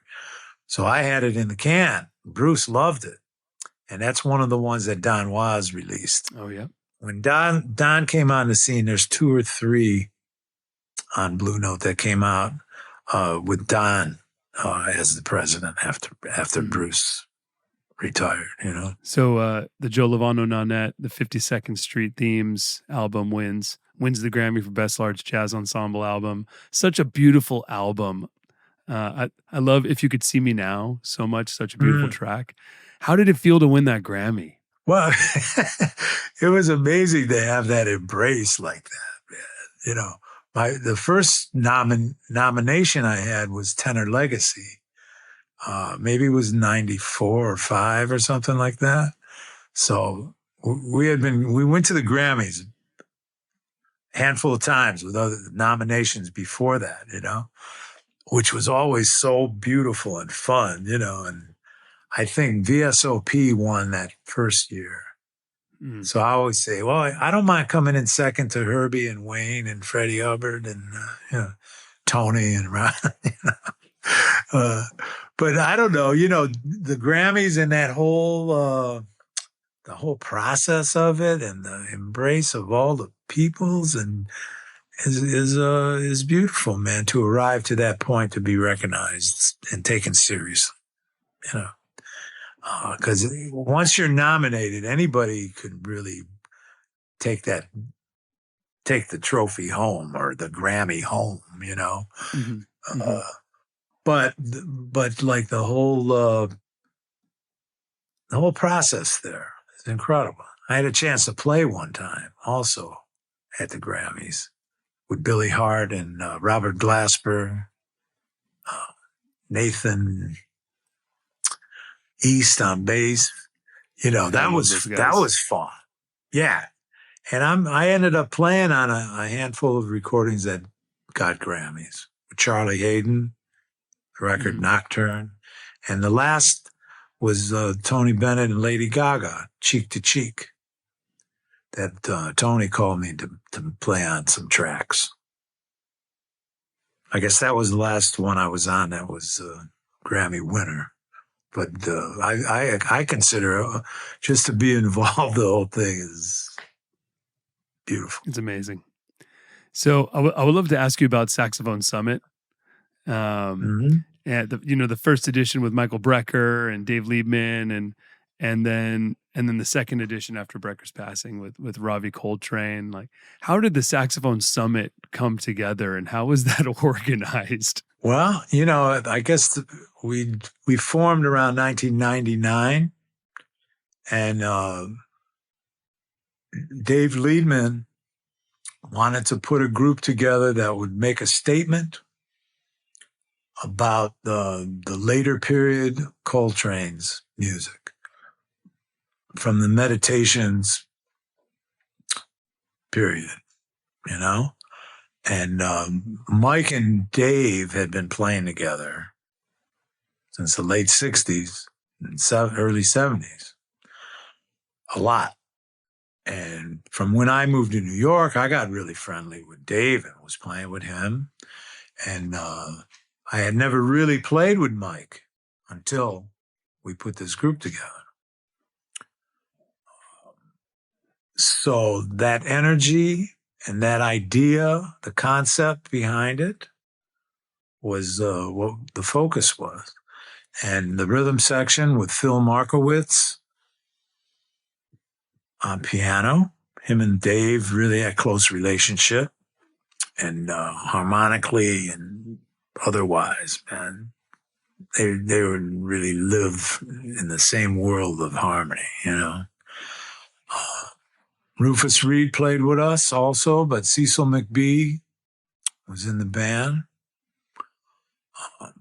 And Billy Hart, Jabali, who I played with throughout my career from the mid-'70s, on and off. He was on my quartets recording live at the Vanguard, my working band with Tom Harrell and Anthony Cox.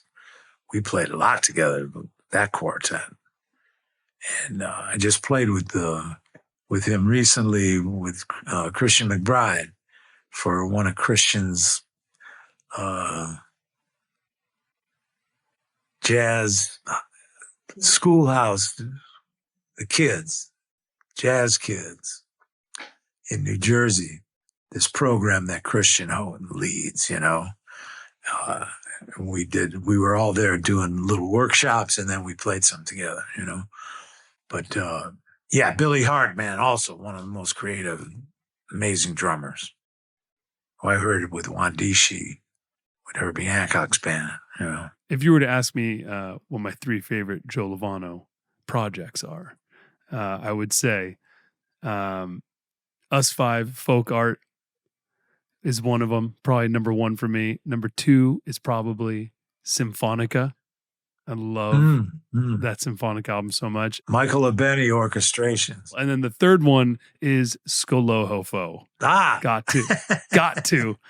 Let's talk about Skolohofo, because I love going chronologically. So the super quartet of Scofield, Lovano, Holland, and Foster. How did that come together? And Oh is the album, but also the track is my personal favorite. And I know you composed that song. So yeah, tell me about that project. Yeah, Elmo.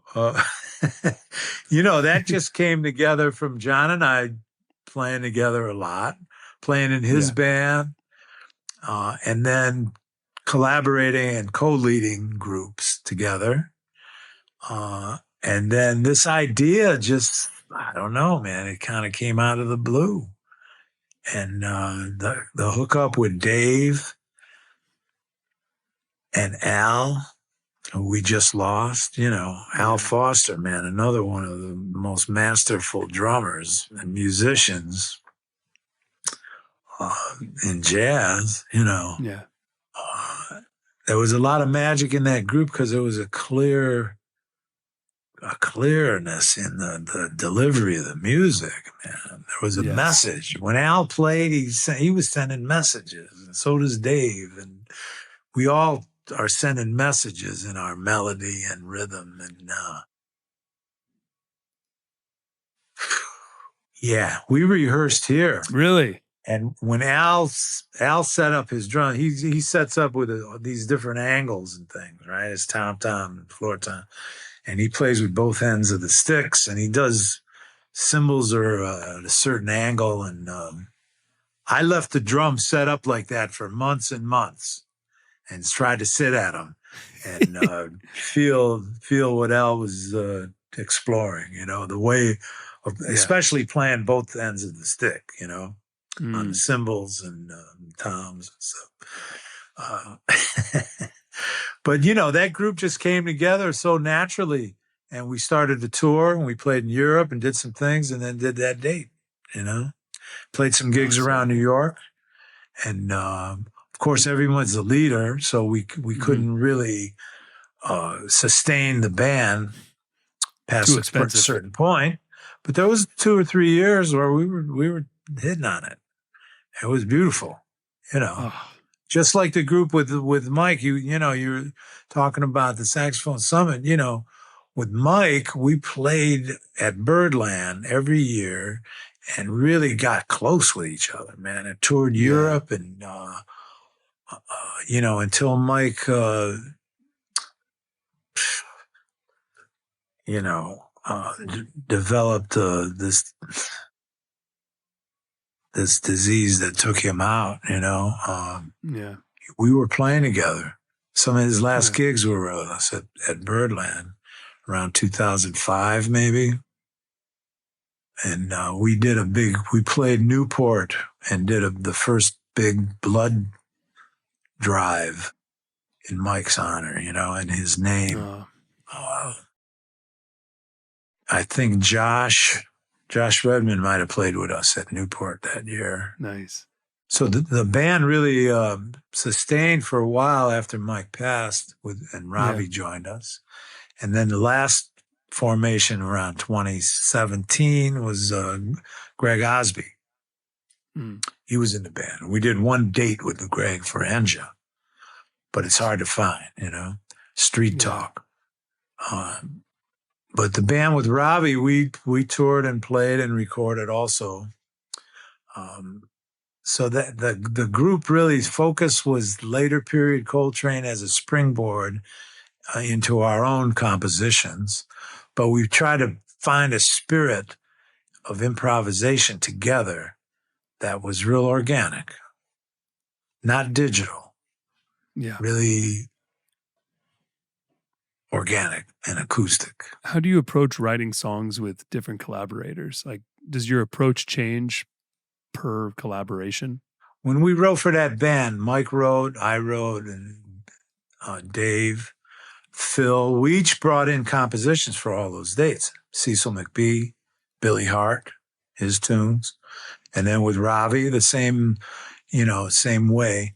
I don't know. I took it like just to try to use the personnel and the personalities of who's going to play. That fuels my ideas of how I'm going to write something, One session we wanted to focus on maybe more ballads, more spiritual kind of ballad. And so that gave us all ideas as a springboard. But everybody brought in their own music and ideas. And then as you're playing together and as you have a sound as a band, then each tune takes shape in a natural way, because you could listen to those records and there's a oneness that happens within the ensemble, I think, between everybody's compositions, Absolutely. And we would improvise freely also as interludes and do things in a free-flowing way that tie things together also. And that happened with Osby in the band as well. So, yeah, one of my other favorites, 2008, you dropped Symphonica, your 20th album with Blue Note, with the WDR Orchestra, 20th one. And, it's so big and powerful and beautiful. And the way it starts with Emperor Jones and how you just swim into it. And then Eternal Joy just smacks you in the face. Like so much dynamics on that album while being with an orchestra. Like, what was that project like? Well, I had a relationship with Michael Abeni prior to that for some time. He wrote for the Mel Lewis band, and that's kind of the first time I might have played some of his orchestrations. But he's Michael Abeni's this kind of musician that he's so full of ideas and they just pour out of him. So preparing for Symphonica, I went to his pad and we played duo. And I brought a bunch of my tunes and we played through them, because that recording is all my original compositions except for Duke Ellington's Sound of Love of Mingus. So rehearsing in duet, playing together, and I just left him the lead sheets, flew over to Cologne. I heard everything for the first time when we were rehearsing for that session. Wow. I mean, I think he might have sent me my parts. I knew what was ahead of me in my part, but he didn't send me any MP3s or anything like what he wrote. His music just pours out of him, and we went to the rehearsals, and then it was with big band and the symphony orchestra. And it was actually the first time the VDR in Cologne played together with the big band and the symphony. Wow. They hadn't done any collaborative projects until that one, where there's a rhythm section and a big band also. Yeah. Full big band. So Michael put it together, man. And there was just a lot of beautiful interplay that he left me a lot of space to play. And we featured other soloists within the band as well. So that was really beautiful. And the way he wrote so intimate for the symphony, man, there's a couple moments it comes down to one instrument, you know. It grows from full symphonic sound with big band to an intimate solo voice, you know. So that was that was a challenge. But we played live. It's a recorded live at the Philharmonic Hall in Cologne, that same room that Keith Jarrett did his Cologne concerts, solo piano. Keith, that same stage. So it was a beautiful stage. Yeah. And since then, you know, I've had a chance to play some of those charts. But I did about 5 different projects with Michael through the years, not with the symphony, just with big band. How does a project like that get funded? It must be so expensive. Well, you know what ended up happening on that date? You just remind me. That was one of my extra project sessions. That wasn't on my contract. I did it was for a radio broadcast, that gig. So I came home with a CD. They gave me a CD of the broadcast. And I had a meeting with Bruce Lundvall. And I went to his office, and we were just gonna have a meeting talking about something. And I said, Bruce, I have to play you this, man. I want you to hear what I just did. Okay? Because that wasn't on a schedule for Blue Note. That was a gig in Europe for a radio broadcast. I put it on, and Bruce, when he listened to music in his office, he had the speakers were as loud as the band would be if it played in the room. Now, he had a nice size office, but when he played music, it was like the band was in the room with you. It was like that, you know? So we're sitting there, and the music comes on, and Alexander the Great, or one of those tunes, you know, or I might have played him Duke Ellington's Sound of Love or something, you know. He immediately, as soon as the tune was over, he goes, let's do it. Let's put it out. So they licensed that. They licensed it from Cologne. And by now, that might be back in the Cologne library. I'm not sure. Wow. But Blue Note licensed that. So that was one of my extra project sessions that came out in the middle of 2 different records that I was on my contract. What year did you say that was? Like 2008. 8 or 9. Yeah, and then it was a Grammy nomination. We went out to the Grammys for that. Yeah. Which was fun because James Moody was there. There was a bunch of people there that we hung out with, you know, that year. You know. So fun. Oh, yeah. So that's an example of something with Bruce, how embracing he was. I mean, that wasn't scheduled to be on Blue Note or anything. It was just going to be a radio broadcast. And to my excitement and all, it came out on Blue Notes and was really well received. Like, I'm glad you mentioned that recording, man, because Michael Abeni is one of the modern masters, man, in music. Everybody check that album out.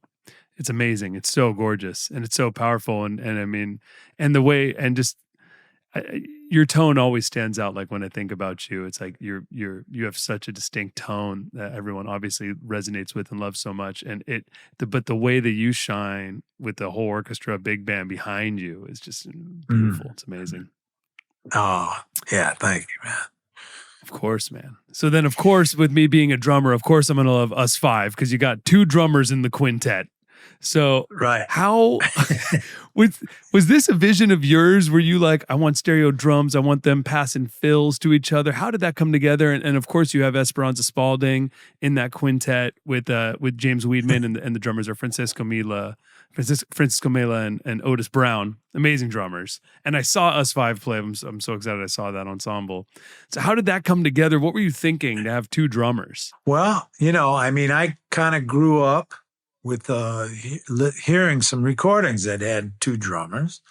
Of course, the Ornette Coleman Free Jazz with Ed Blackwell and Billy Higgins. And Meditations of Coltrane with Rashid Ali and Elvin Jones. Mm-hmm. Those two records. But then there were some other drum records. Art Blakey, that he had Philly Joe Jones and Roy Haynes. He had like 2 or 3 drummers. And they played on some Art Blakey records with drummers together, And Max Roach also with timpani and other drums, So I don't know. I was always enchanted with that rhythm and that way of having 2 cymbal beats going on. And one of the first things I did when I moved to New York, I went down to Rashid Ali's Ali's Alley, which was a club that it was a performance space. It wasn't a club. They didn't have liquor, but it was a loft scene that Rashid had. And I went down, I sat in with him, I met him, and started a relationship with Rashid that was incredible through the years to play gigs with him and know him, And so that idea started. And one of the first gigs I presented double drummers was opposite Elvin Jones at the Smiling Dog. Oh, wow. Because I was in the groups playing opposite, right? So the one night I was playing that week with Ernie's band, with Bill Dobbins on piano, I think. And then the Sunday night, Ernie couldn't make it, and I got the gig to bring a band, my own band, play opposite Elvin. And I played with the double drummers, with Carmen on drums and this other amazing musician and drummer, Ron Browning from Cleveland, who played a lot with my dad. And I had trios and groups with him through the years. And then we started to play just in sessions, double drummers. So I figured, okay, I'm playing opposite Elvin Jones. I'm going to have 2 drummers. So Ronnie and Carmen and Bill Plavin, great bass player. He went out to California with Carmen, actually. So we had 2 sets opposite Elvin that night, That was one of the first times I actually presented a band with 2 drummers live. And I, had a handful of little compositions and but we improvised pretty open, And so that was in 1975, maybe. So that always stayed with me, right? So when I started to put that group together with with Mela and Otis, I was thinking about an approach to have a quintet. And instead of having like a horn, trumpet player or guitar with piano, bass, and drums and a horn player, I thought to myself, why can't I have 2 drummers and have one of the drummers play the role as a horn? Somebody play the head with me, but on drums instead of a trumpet or trombone or something. So, because those cats, they had never played with another drummer. They didn't know what I had in mind at the beginning. Right. Now, Esperanza, she was placed in one of my ensembles at Berklee in 2004, maybe. So we started to play together, and she came to New York. And she is such a melodic, beautiful musician and contributes. And I figured she could maneuver between 2 drummers with her approach and her flexibility and her inner dance that happens when she plays. And James Weidman is from Youngstown, Ohio. We've been playing together for a long time. You know, so he just fit in perfect. He was part of Steve Coleman, Five Elements, and with Cassandra Wilson and other bands in the 80s and into the 90s. You know, we played together with Abby Lincoln. We did a lot of stuff together through the years. So James was there. And the drummers, you know, our first rehearsal and the first time we spoke about the approach, you know, in that group, you have the quintet. Then you have all these different quartets, you know, and then there's different trios and different duos, and then solo unaccompanied voices. So you could feel like, I don't know, how many quartets are there? 5 quartets? As soon as anyone lays out, let's say Otis lays out, and I got a quartet with Mela playing drums. That's one quartet. Another quartet's when Mela drops out and Otis is playing. So that's another feeling and a sound. You know, another quartet is when the piano drops out. It's 2 drummers and bass and me. You know, another one is when the bass drops out. It's piano and 2 drummers and saxophone. So what is that? 4 or 5? 5 different quartets possibilities. And then trio-wise, there might be 9 trios and 10 duos or something. So that idea was in the approach in the orchestration. So originally I had it sketched. The first chorus is like this, the next solo is like that, you know, but then after a while, after we played, then I didn't have to say who drops out. It's all about listening and feeling the moment of now to lay out and to let something else emerge. And then I started playing different instruments too. So then the sound of the group changed when I played different alto clarinet or the alto saxophone or soprano, or, you know. So, yeah. And we started to play and group was together for 3-4 years or so. Then Esperanza went to superstardom at a certain point. And then Peter Slavoff joined the band on bass. And on Cross Culture, Esperanza and Peter are on that. There's 2 basses. And Lionel Lewicki joined us to add another voice in that, for that recording, Cross Culture. And that turned out to be, I think, the last recording for the group. But there were three sessions and lots of touring in Europe and around, you know. Basically, I played trio with Mela and Esperanza. One of her first tours to Europe might have been the first time we went to Spain and we played some trio, coming off my Trio Fascination record, right? And then that's kind of when I decided to make it a quintet and add another drums and piano. And a lot of magic happened in that band, man. That was happening. Yeah. So and it was also something developing for me about how to build an ensemble and draw from the possibilities and create these inner groups within one group. Absolutely. Sometimes Otis would play the melody. He would be the front line with me. He'd play the melody with me in unison or create his own melody with me, like he's one of the horn players. And Mela would be the drummer. Sometimes that would switch, you know, and also just the colors, and one on brushes, one on mallets, you know, the different colors and the different things that could happen as a percussion section, not as individual drummers. 2 drummers as one.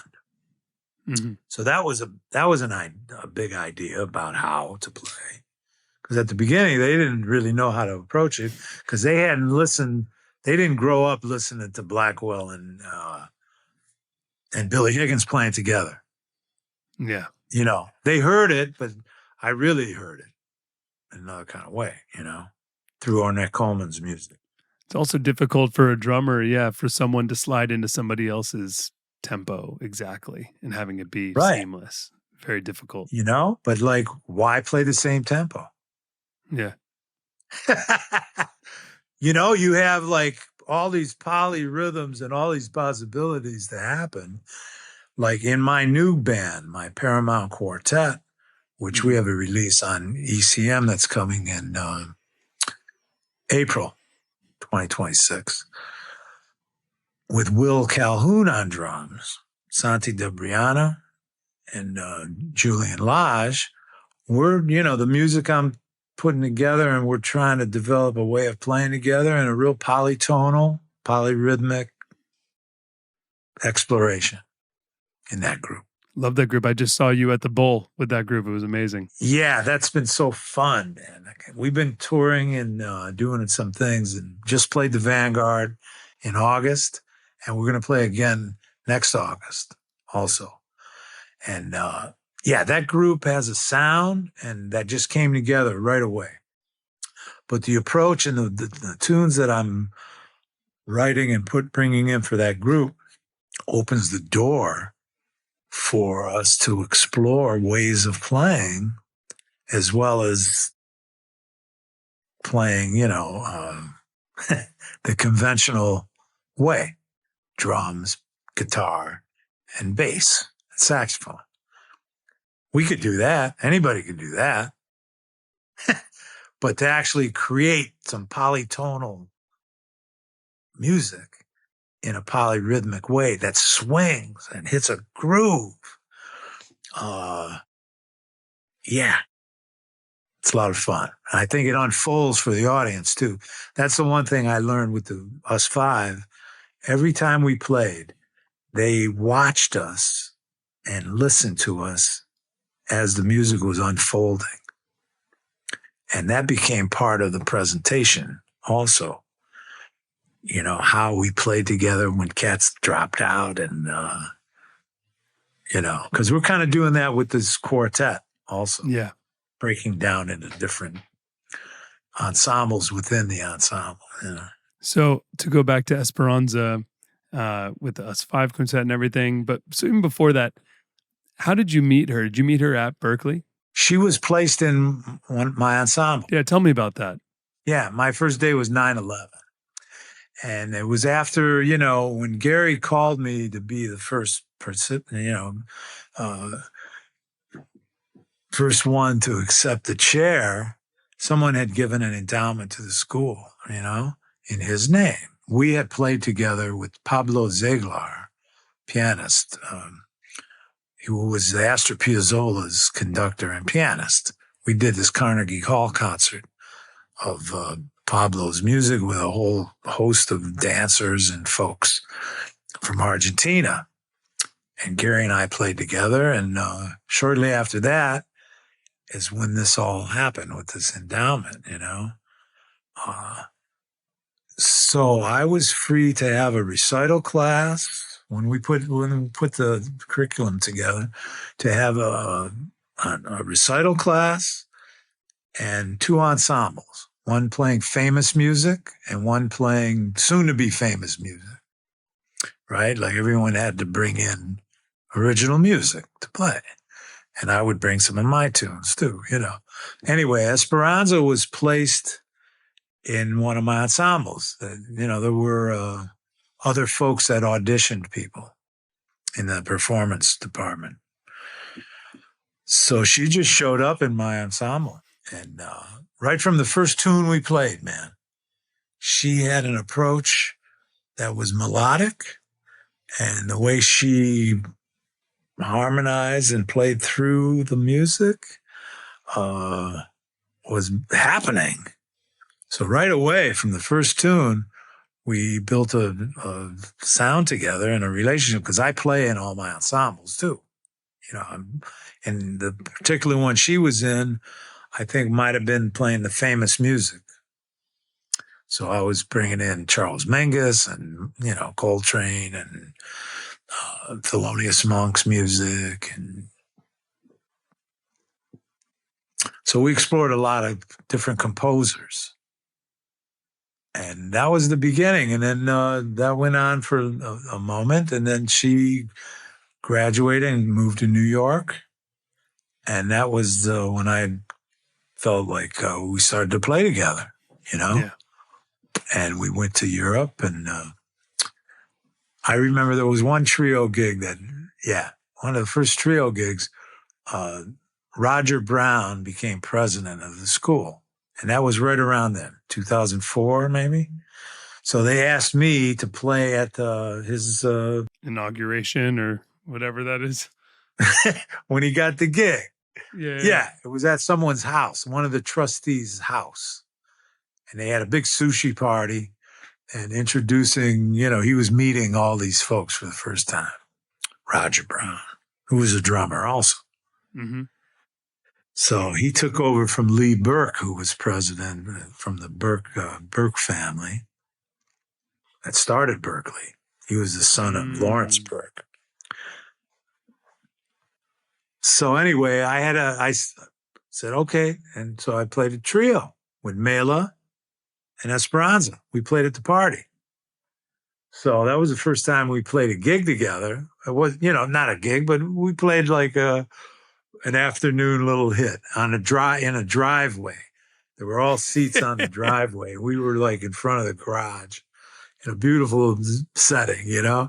And shortly after that, Esperanza graduated, left Berklee and came to New York.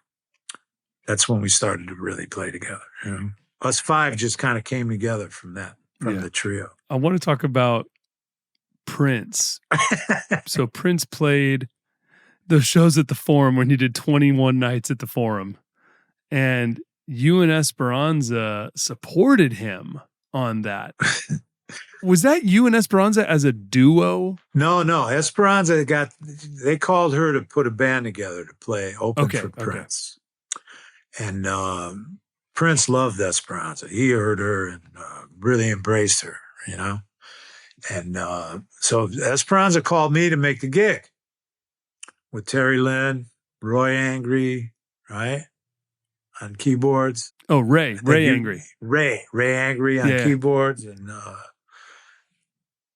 Jeffrey Johnson on guitar, who was great from Philadelphia. And we played 2 nights at the Forum. And Prince joined us. Oh, and Prince joined you guys. And Prince joined us in our sets, right?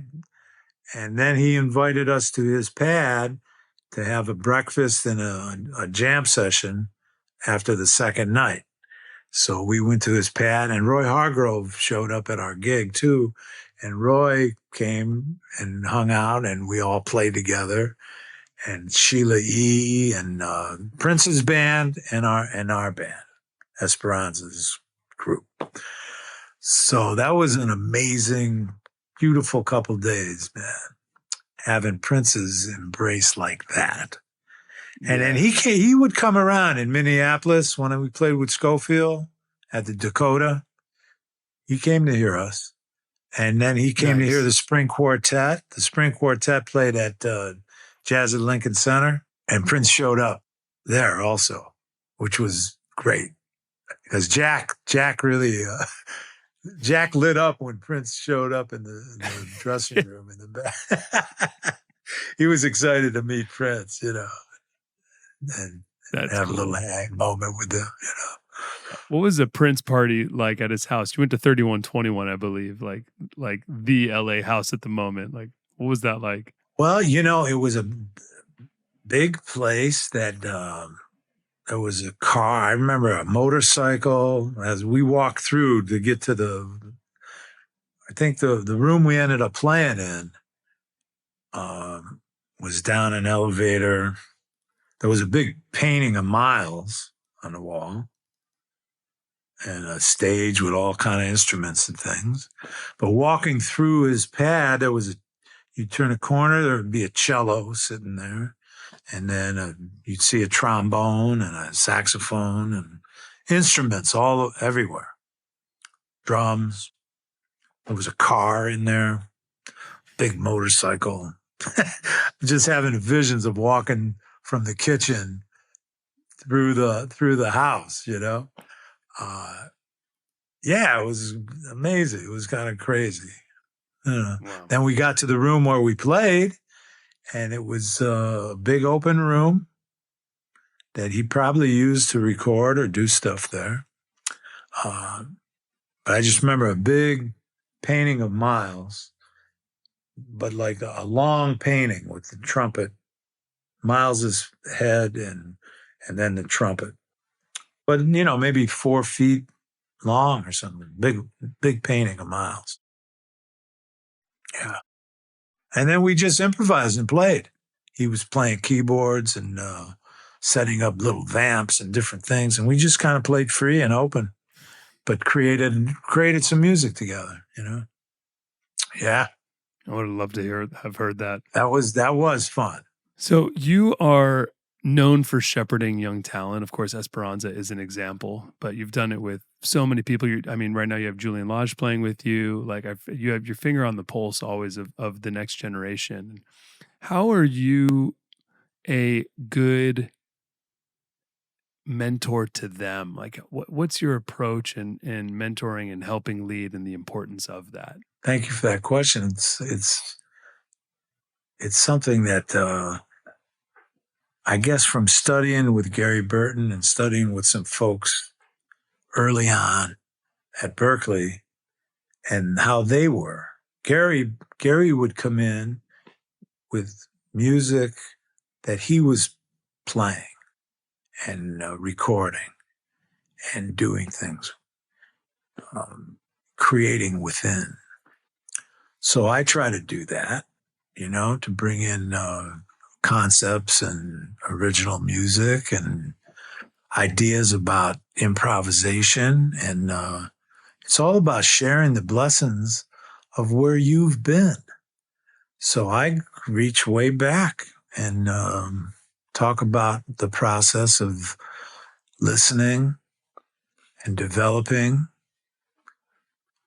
within the language of the music, but to somehow look ahead and to create your own approach. So you're not copying anybody's approach. You have to stand on your own 2 feet out here, you know, to make a statement, you know. In every generation, there's leaders and there's followers. And to really try to have an understanding of that, you have to live in that library of the music and feel the world of music and not just one style of playing.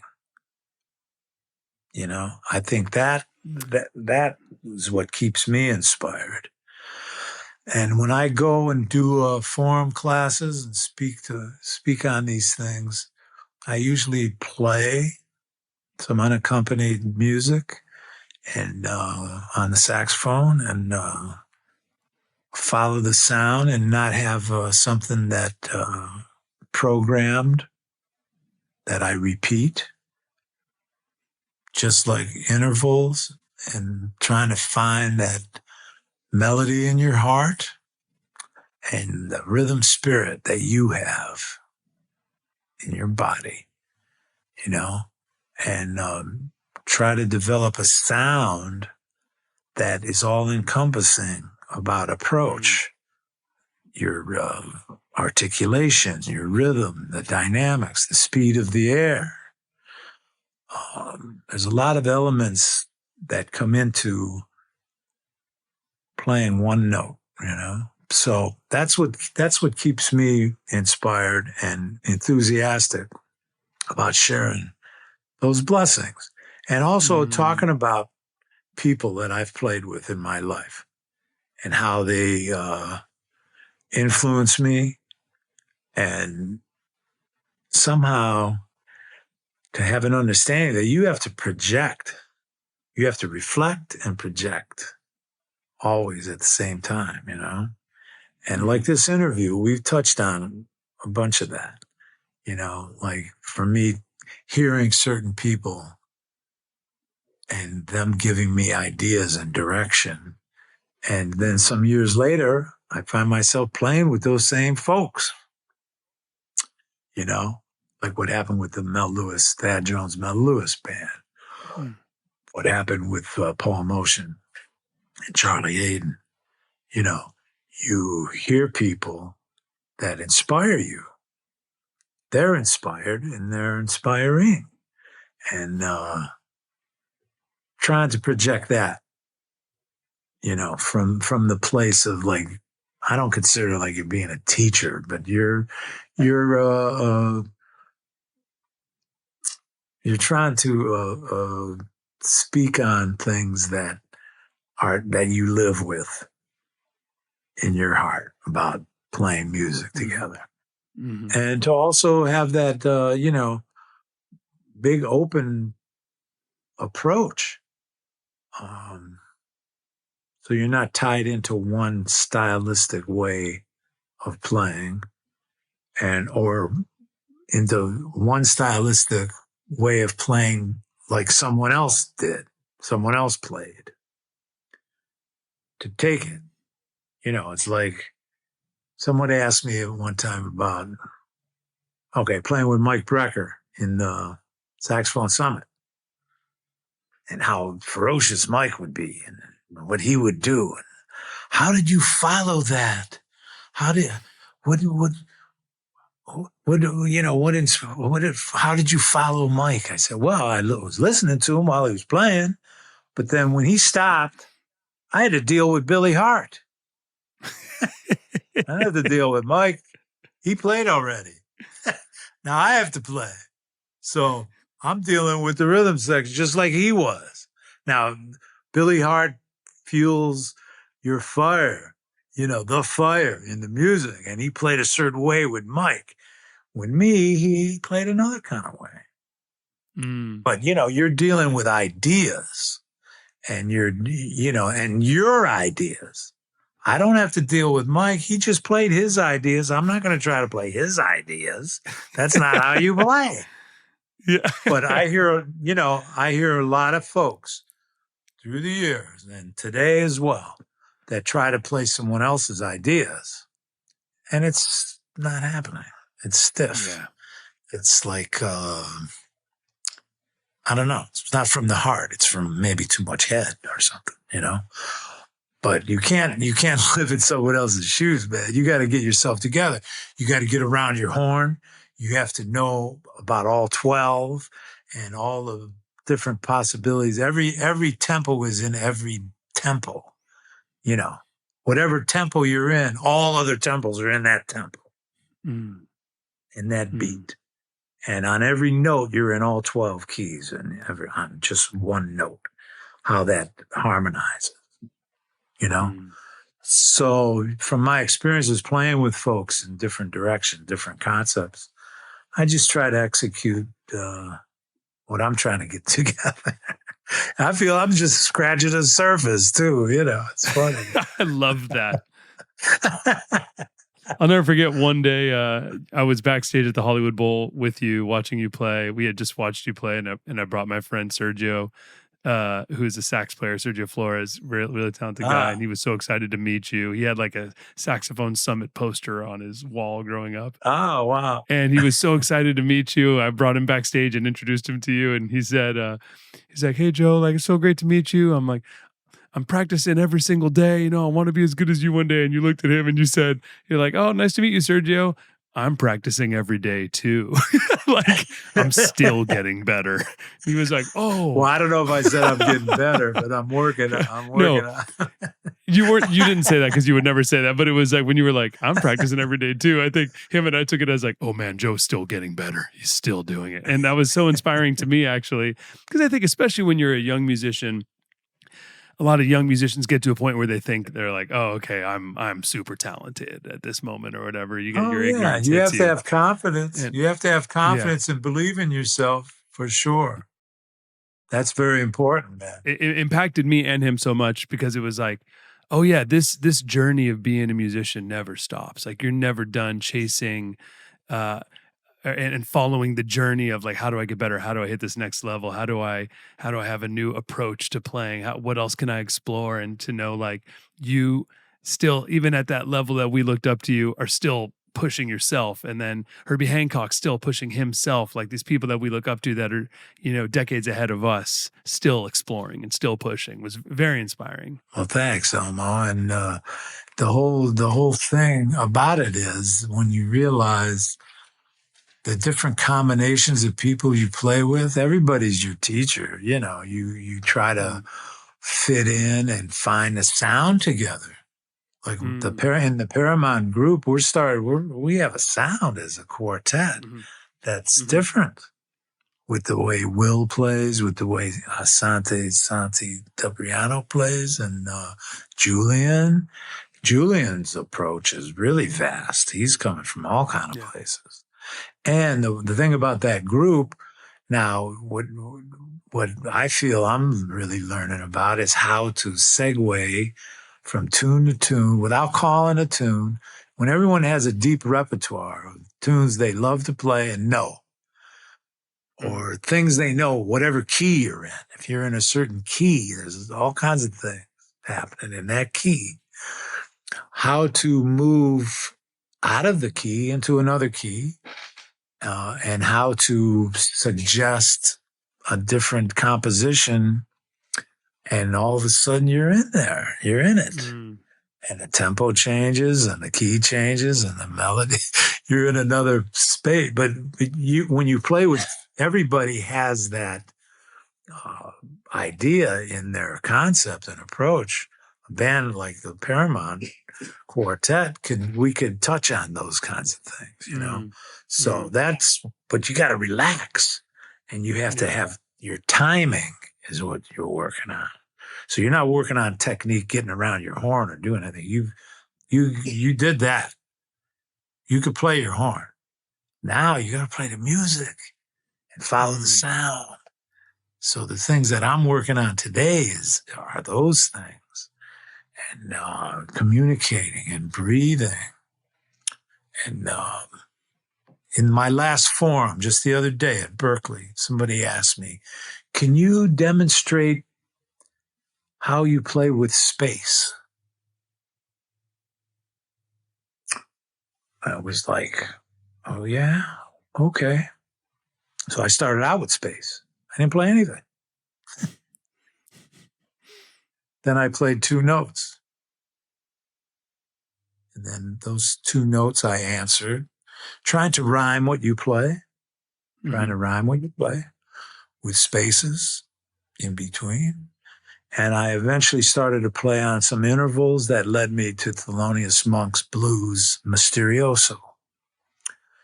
So then I played 3 or 4 or 5 choruses on the blues, slow tempo, but trying to keep those intervals and that song happening. I didn't just play on the blues.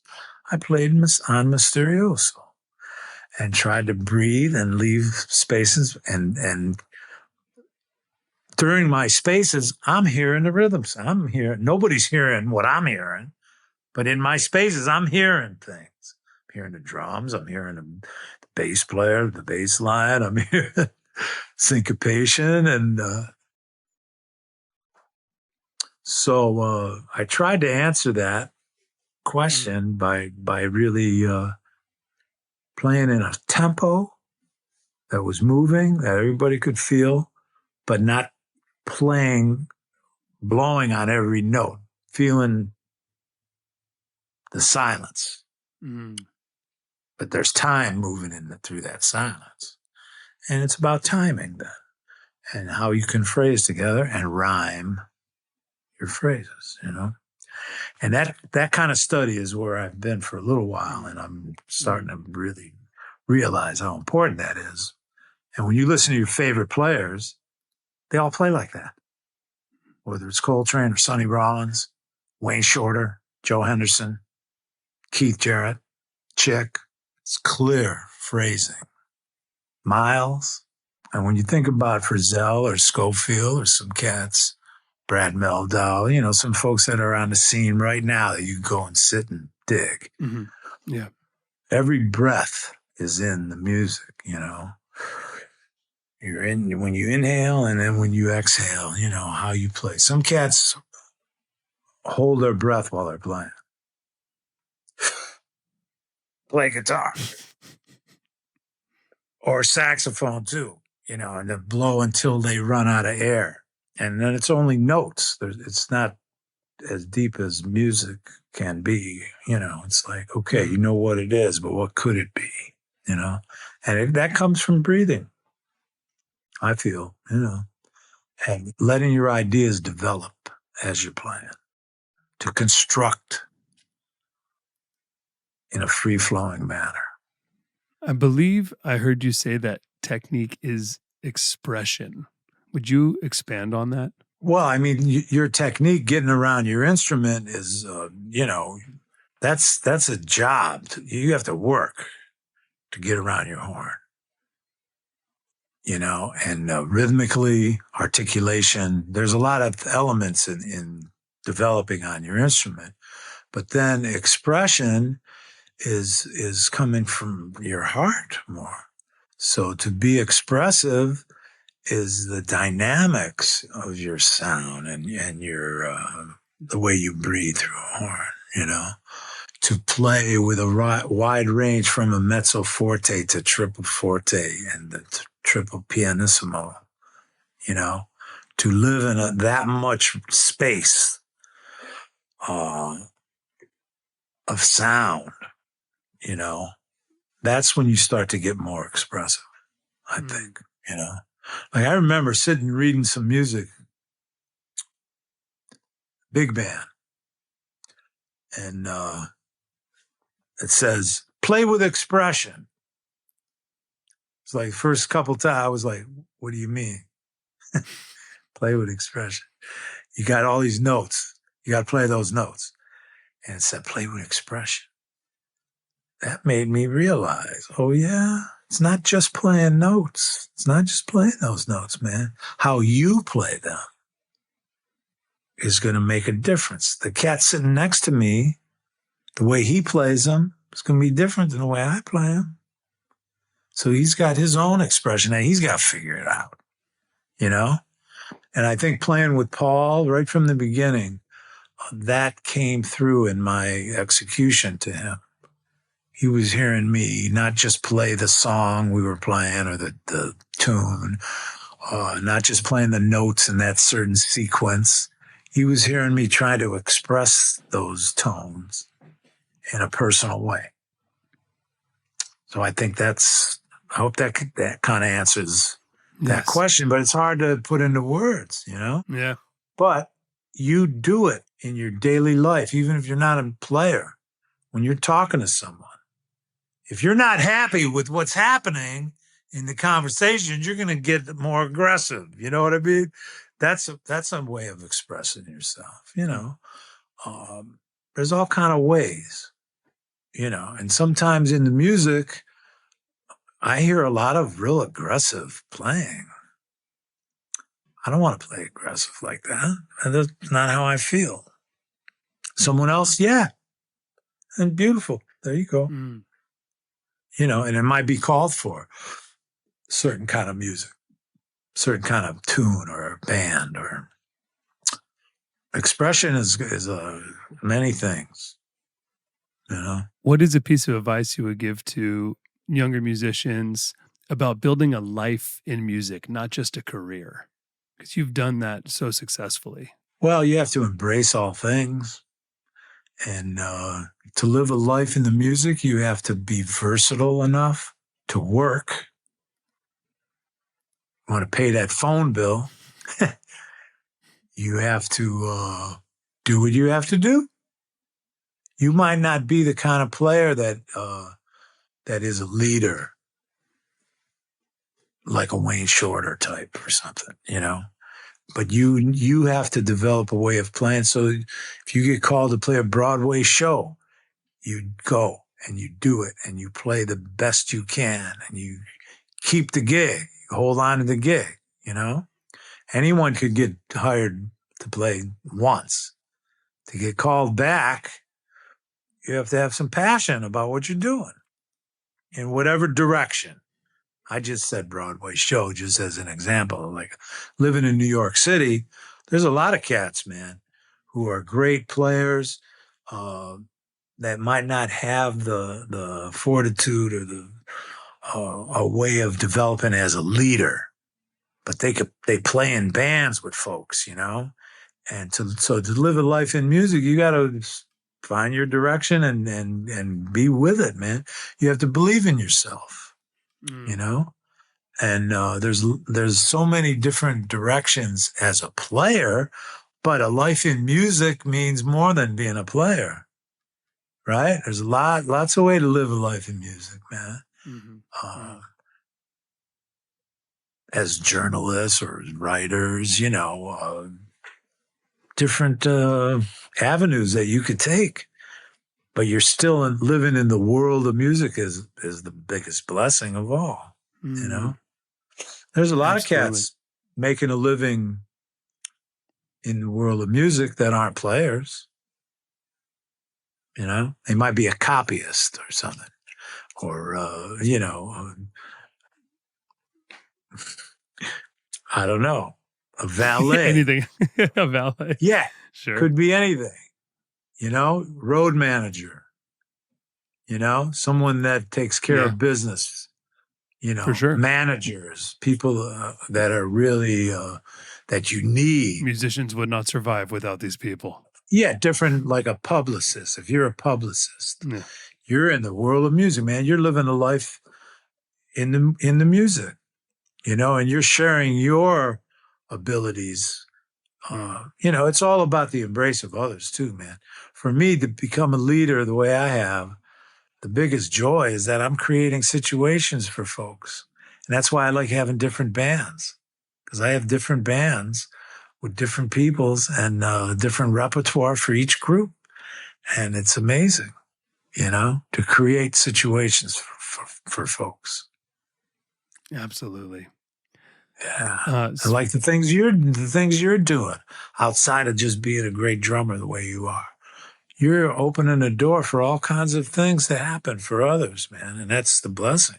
Thank you. Yeah, it's a fun challenge. When you first started doing what you're doing, I was like, oh yeah, wow. You made me think about a lot of stuff, man. Yeah. Beautiful. That's cool. I'm happy to hear that. Yeah. It meant a lot. I remember you came in, and saw me play. I was probably 22 or something, and you saw me play with my trio, the Devil's Orchestra. Oh yeah, instrumental right. trio. And I was so happy you came, and you were telling me you're like power trio, and that made me so happy. Yeah, that was happening. No, that was really happening. I was thrilled to come and hear you, man, and to be in that scene. Yeah, that was fantastic. And the film Trap Jazz, yeah, you came with me. You were my date. You were my date to the premiere in New York for Trap Jazz, our movie. Yeah, that was fantastic, man. Oh yeah, feeling that all the way. Your support means the world. I would love to ask you about you and Judi. So you guys have been together over 40 years now, married. Like 41. Okay, and just the other day. 41. Happy anniversary. And so, like, man, this is such a generic question, but I feel like you have a 40+ year marriage, like while being in music, both of you in music. Like, what? How do you make a marriage successful for that long? Well, one thing you realize like we're in this real same community of people in our lives, that community has expanded from when we first got together, but like say around 1980, 81, those years when we first played together and met, I was playing in like a woodwind kind of improvisation ensemble. Judi moved to New York. We both moved to New York around the same time, 76 or so. Judi was in the modern dance world and with Alvin Nicolai and Murray Lewis in that school. And she was dancing and doing things in collaboration with other dancers. And I was playing in a woodwind ensemble that had Paul McCandless in it on oboe and English horn, and some other folks, Ron Kozak on flute from Cleveland, and Billy Drews on clarinet. I was playing soprano saxophone. Dennis Dotson on trumpet, we were on Woody's band together, and Michael Motian on acoustic guitar. And Michael was from Cleveland also. And, okay, so Paul's partner was a dancer also. And Judi was dancing in a dance company with her. Robin Feld was her name. And they had a loft on the Bowery. So there was a collaboration between our ensemble and their ensemble, dancers. And now at the last moment, I couldn't make the gig. I got a gig that paid some bread. So I didn't make it. But some of the group I was in, they played. Paul McCandless, handful of them. And Judi danced with the dance company. And Judi grew up singing and was in the Philadelphia Temple University in Philly and grew up studying music and sang with the Philadelphia Orchestra and premiered a Penderecki piece. And she was involved in some real modern music, contemporary music and dance. And when she came to New York, right, and played flute and also. So she came to New York as a dancer, but also a vocalist, working gigs, singing, not so much in the jazz world yet, but in the real contemporary music world. So she started to vocalize while she danced during this performance, kind of wigged out everybody. My peoples, Yeah. So the guitar player, Michael Motian, says something to her about me and ends up setting up a jam session at my loft and brings Judi over. He calls me, says, "Oh yeah, there was this dancer and singer. You got her, and he's telling her that she has to meet me and that I was supposed to be there, but I wasn't there. But I had a place where we could play. So we set up a session and Michael and Judi come over and we improvise. I was playing soprano saxophone and Judi soprano voice. And, but she has a deep range also in the alto range, but she's got this clear, beautiful, incredible instrument. And Michael on acoustic guitar, and we played. We had like a session that was so beautiful. So the first time we met, we rubbed tones together, and it just kind of went on from there. Let's say, she came to the Vanguard on a Monday night, and then also her apartment was around the corner from the Loft. Judi lived on 22nd Street and 8th Avenue. My loft was on 23rd Street and 7th Avenue. So we lived right around the corner from each other, too. But then, after this little session, some time went by, but then she showed up at the Vanguard on a Monday night with some of her friends to hear the band, Mel's band. And I walked them all back home. That was kind of the beginning of us starting to maybe date or something, Also, during this time now, early 80s, Washington Square Church, right near Washington Square Park in New York, like on West 4th, was that West 4th Street, I think? Anyway, there was the Reverend there was a jazz piano player. And he knew Scott Lee. I mentioned his name before. He plays bass on Universal Language level. Scott and Reverend Lepley played gigs together. And he said the church is free every Monday night. If you want to put groups together or come and do something at the church. So we all took advantage of that.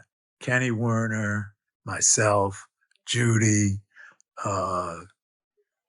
usually no drums, right? But we did some concerts in that space, some with dancers.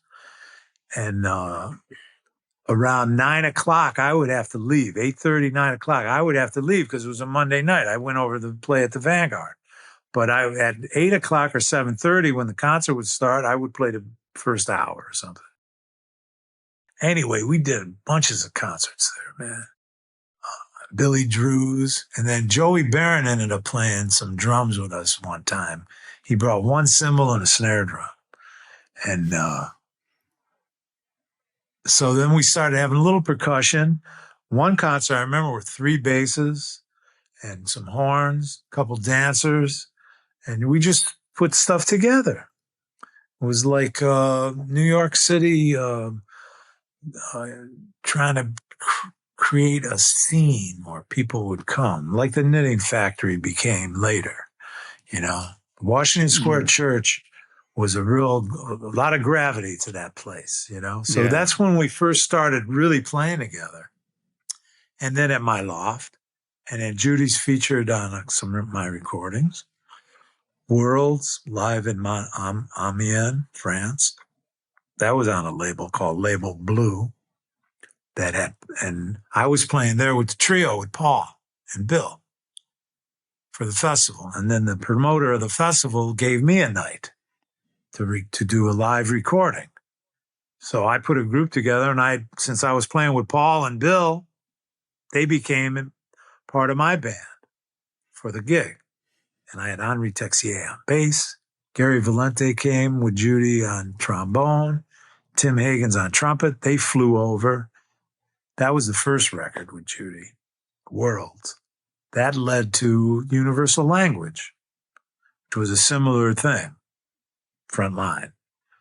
And we started to play a lot of gigs together in my bands as a front line with voice, saxophone. No, voice, woodwinds, brass. That idea, and rhythm section. Judi's produced a couple of her own recordings that we've collaborated on, and it just keeps carrying on. And during the pandemic, we did a bunch of different gigs, live streams, right here in my room here, the studio here at our house, where Judi and I improvised as a duo. I had my gongs all set up and different percussion, and Judi painted a painting while we performed.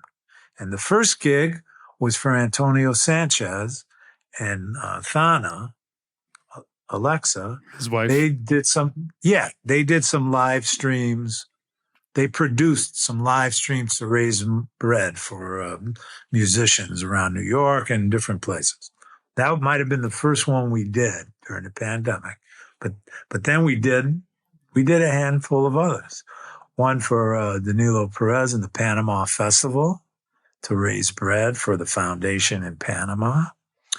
And then there was a couple others too, but it was so fun to improvise a little short concert set and play together, and Judi create a painting as we were playing. I love that. So that's stuff we've been doing more recently, So, one thing leads to another. But I think one of the greatest things in our relationship is that our community of peoples around us they live in the world of music like we do. Yeah. So we're collaborating and creating things to happen for each other and for others around us also. Absolutely. That's been really beautiful, really beautiful. Yeah. Judi came on the Elvin Jones tour. Yeah. Judi was on the Elvin Jones tour. Oh yeah. She was in the bus with us. That's awesome. and with Hank Jones also. But when I played a lot with McCoy Tyner, I started playing with McCoy in 1999. The last gig was at the Library of Congress in 2017 or 18. Yeah. And Judi came on tour with McCoy a bunch of times. And they'd be holding hands walking in there. Yeah, walking in an airport. McCoy would be holding Judi's hand. That's so cool. No, talking about Philly, because McCoy, he talked about Philadelphia every day. And Judi's Oh from my Philly. God. So, yeah, so they had this. Oh, so he just loved it. They had another. Yeah, he couldn't handle it. They had another little connection there Well, that was. And since you bring up McCoy, also, I know that with McCoy, you were playing with Christian McBride in the same ensemble together. And I have Christian is actually Christian's coming and doing the podcast, I think next week, actually. Oh, beautiful, man. Well, give him my best. That's one of our shining hours, recording with McCoy and Jeff Tane Watts on drums live at Yoshi. Oh, that was 2006. Crazy. That period, I was playing with Hank and McCoy at the same time. Wow. So I was in I couldn't even believe it, but I was touring with the quartet with Hank Jones and touring and playing with McCoy at the same moment. And that was deep.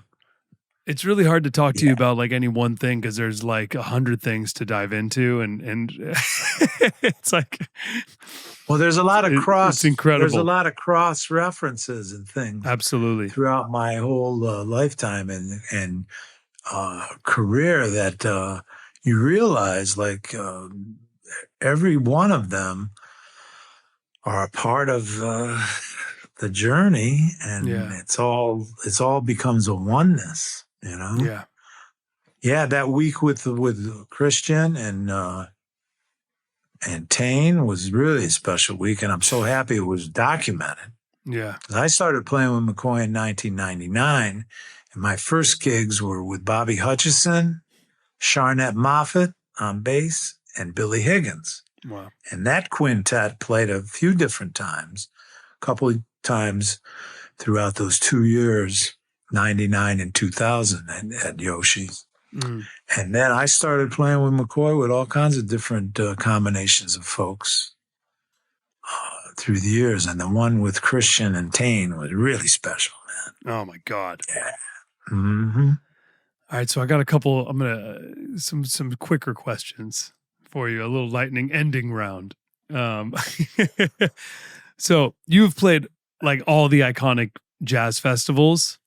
Hard question, but what's your favorite one? I loved playing Newport through the years, just because of the history of the Newport Jazz Festival. Oh yeah. And through the years, I've been able to present a bunch of groups, and my recording live at Newport with Hank Jones. Yeah, I don't know, Newport. I loved playing in the Umbria Festival, Perugia, and Orvieto also. I'd have to say that the Bergamo Jazz Festival, where I'm artistic director these days, is also an amazing festival for 4 days. And you play in Teatro Donizetti, and that's one of the most beautiful theaters in Europe. And I think Caruso sang in that space. Wow. I mean, it's been renovated since then. But, you play in some amazing opera houses around the world,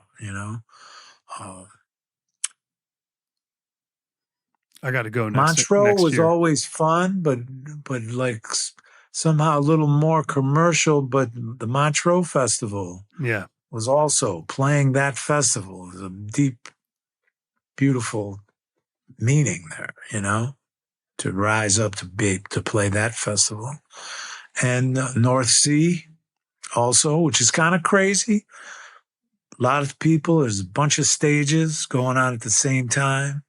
But I've been there with my own bands, played opposite Ornette Coleman once. You remember where you've been when you think about different moments. Yeah. That night opposite Ornette was with my Universal Language Ensemble that featured Judi too.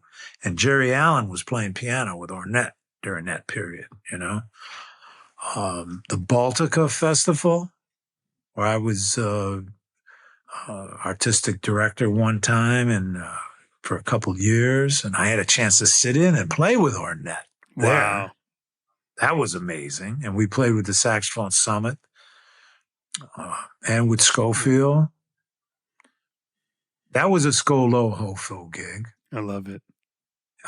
Maybe 2001 or 2, and Wayne Shorter was there with his, at the time, new quartet with Danilo and John and Brian. I think we might have opened for them. Wow. Or we played on the same stage that night, which was a thrill. To have Wayne in the audience for us. Amazing. And, we were there. We were there for them, I mean. So yeah, different festivals, I mean, have a different thing that's happening. Some are real diverse in their booking, and some are really free and open. The Moors Festival. Well, Joe, I've had the best time talking with you. I'm so glad I got to ask you all these questions. Thank you for the time. I always love spending time with you, and I just I appreciate you so much, man. I'm grateful to have you in my life and in the same family. So I'm very lucky. Thank you, Elmo. This was a pleasure to gather like this and talk about some things, and let's do it again. Let's do it. We'll touch on different things. In person next time. We got to do it in person. I love what you're doing, man, and I feel so blessed with our family and everything. And yeah, if folks want to donate to the Tony Big T Lovano Cleveland Jazz Legacy Scholarship for future generations of young folks in Cleveland at the musicsettlement.org. We'll put a link to it in the description. So it's great. Easy, and I think there might be there might be some YouTube or something on there about it, But thank you, man. Of course, Joe. I'm looking forward to playing with you sometime. Yes, dude. That's the next. That is the next thing on our list. We got to do it. I can't wait. I'm gonna hit the shed. Get ready. Beautiful. Me too. Joe Lovano. Go with Elmo. Go with Elmo. Go with Elmo. Go with Elmo. Go with Elmo. Go with Elmo. Go with Elmo. This is the stuff, man.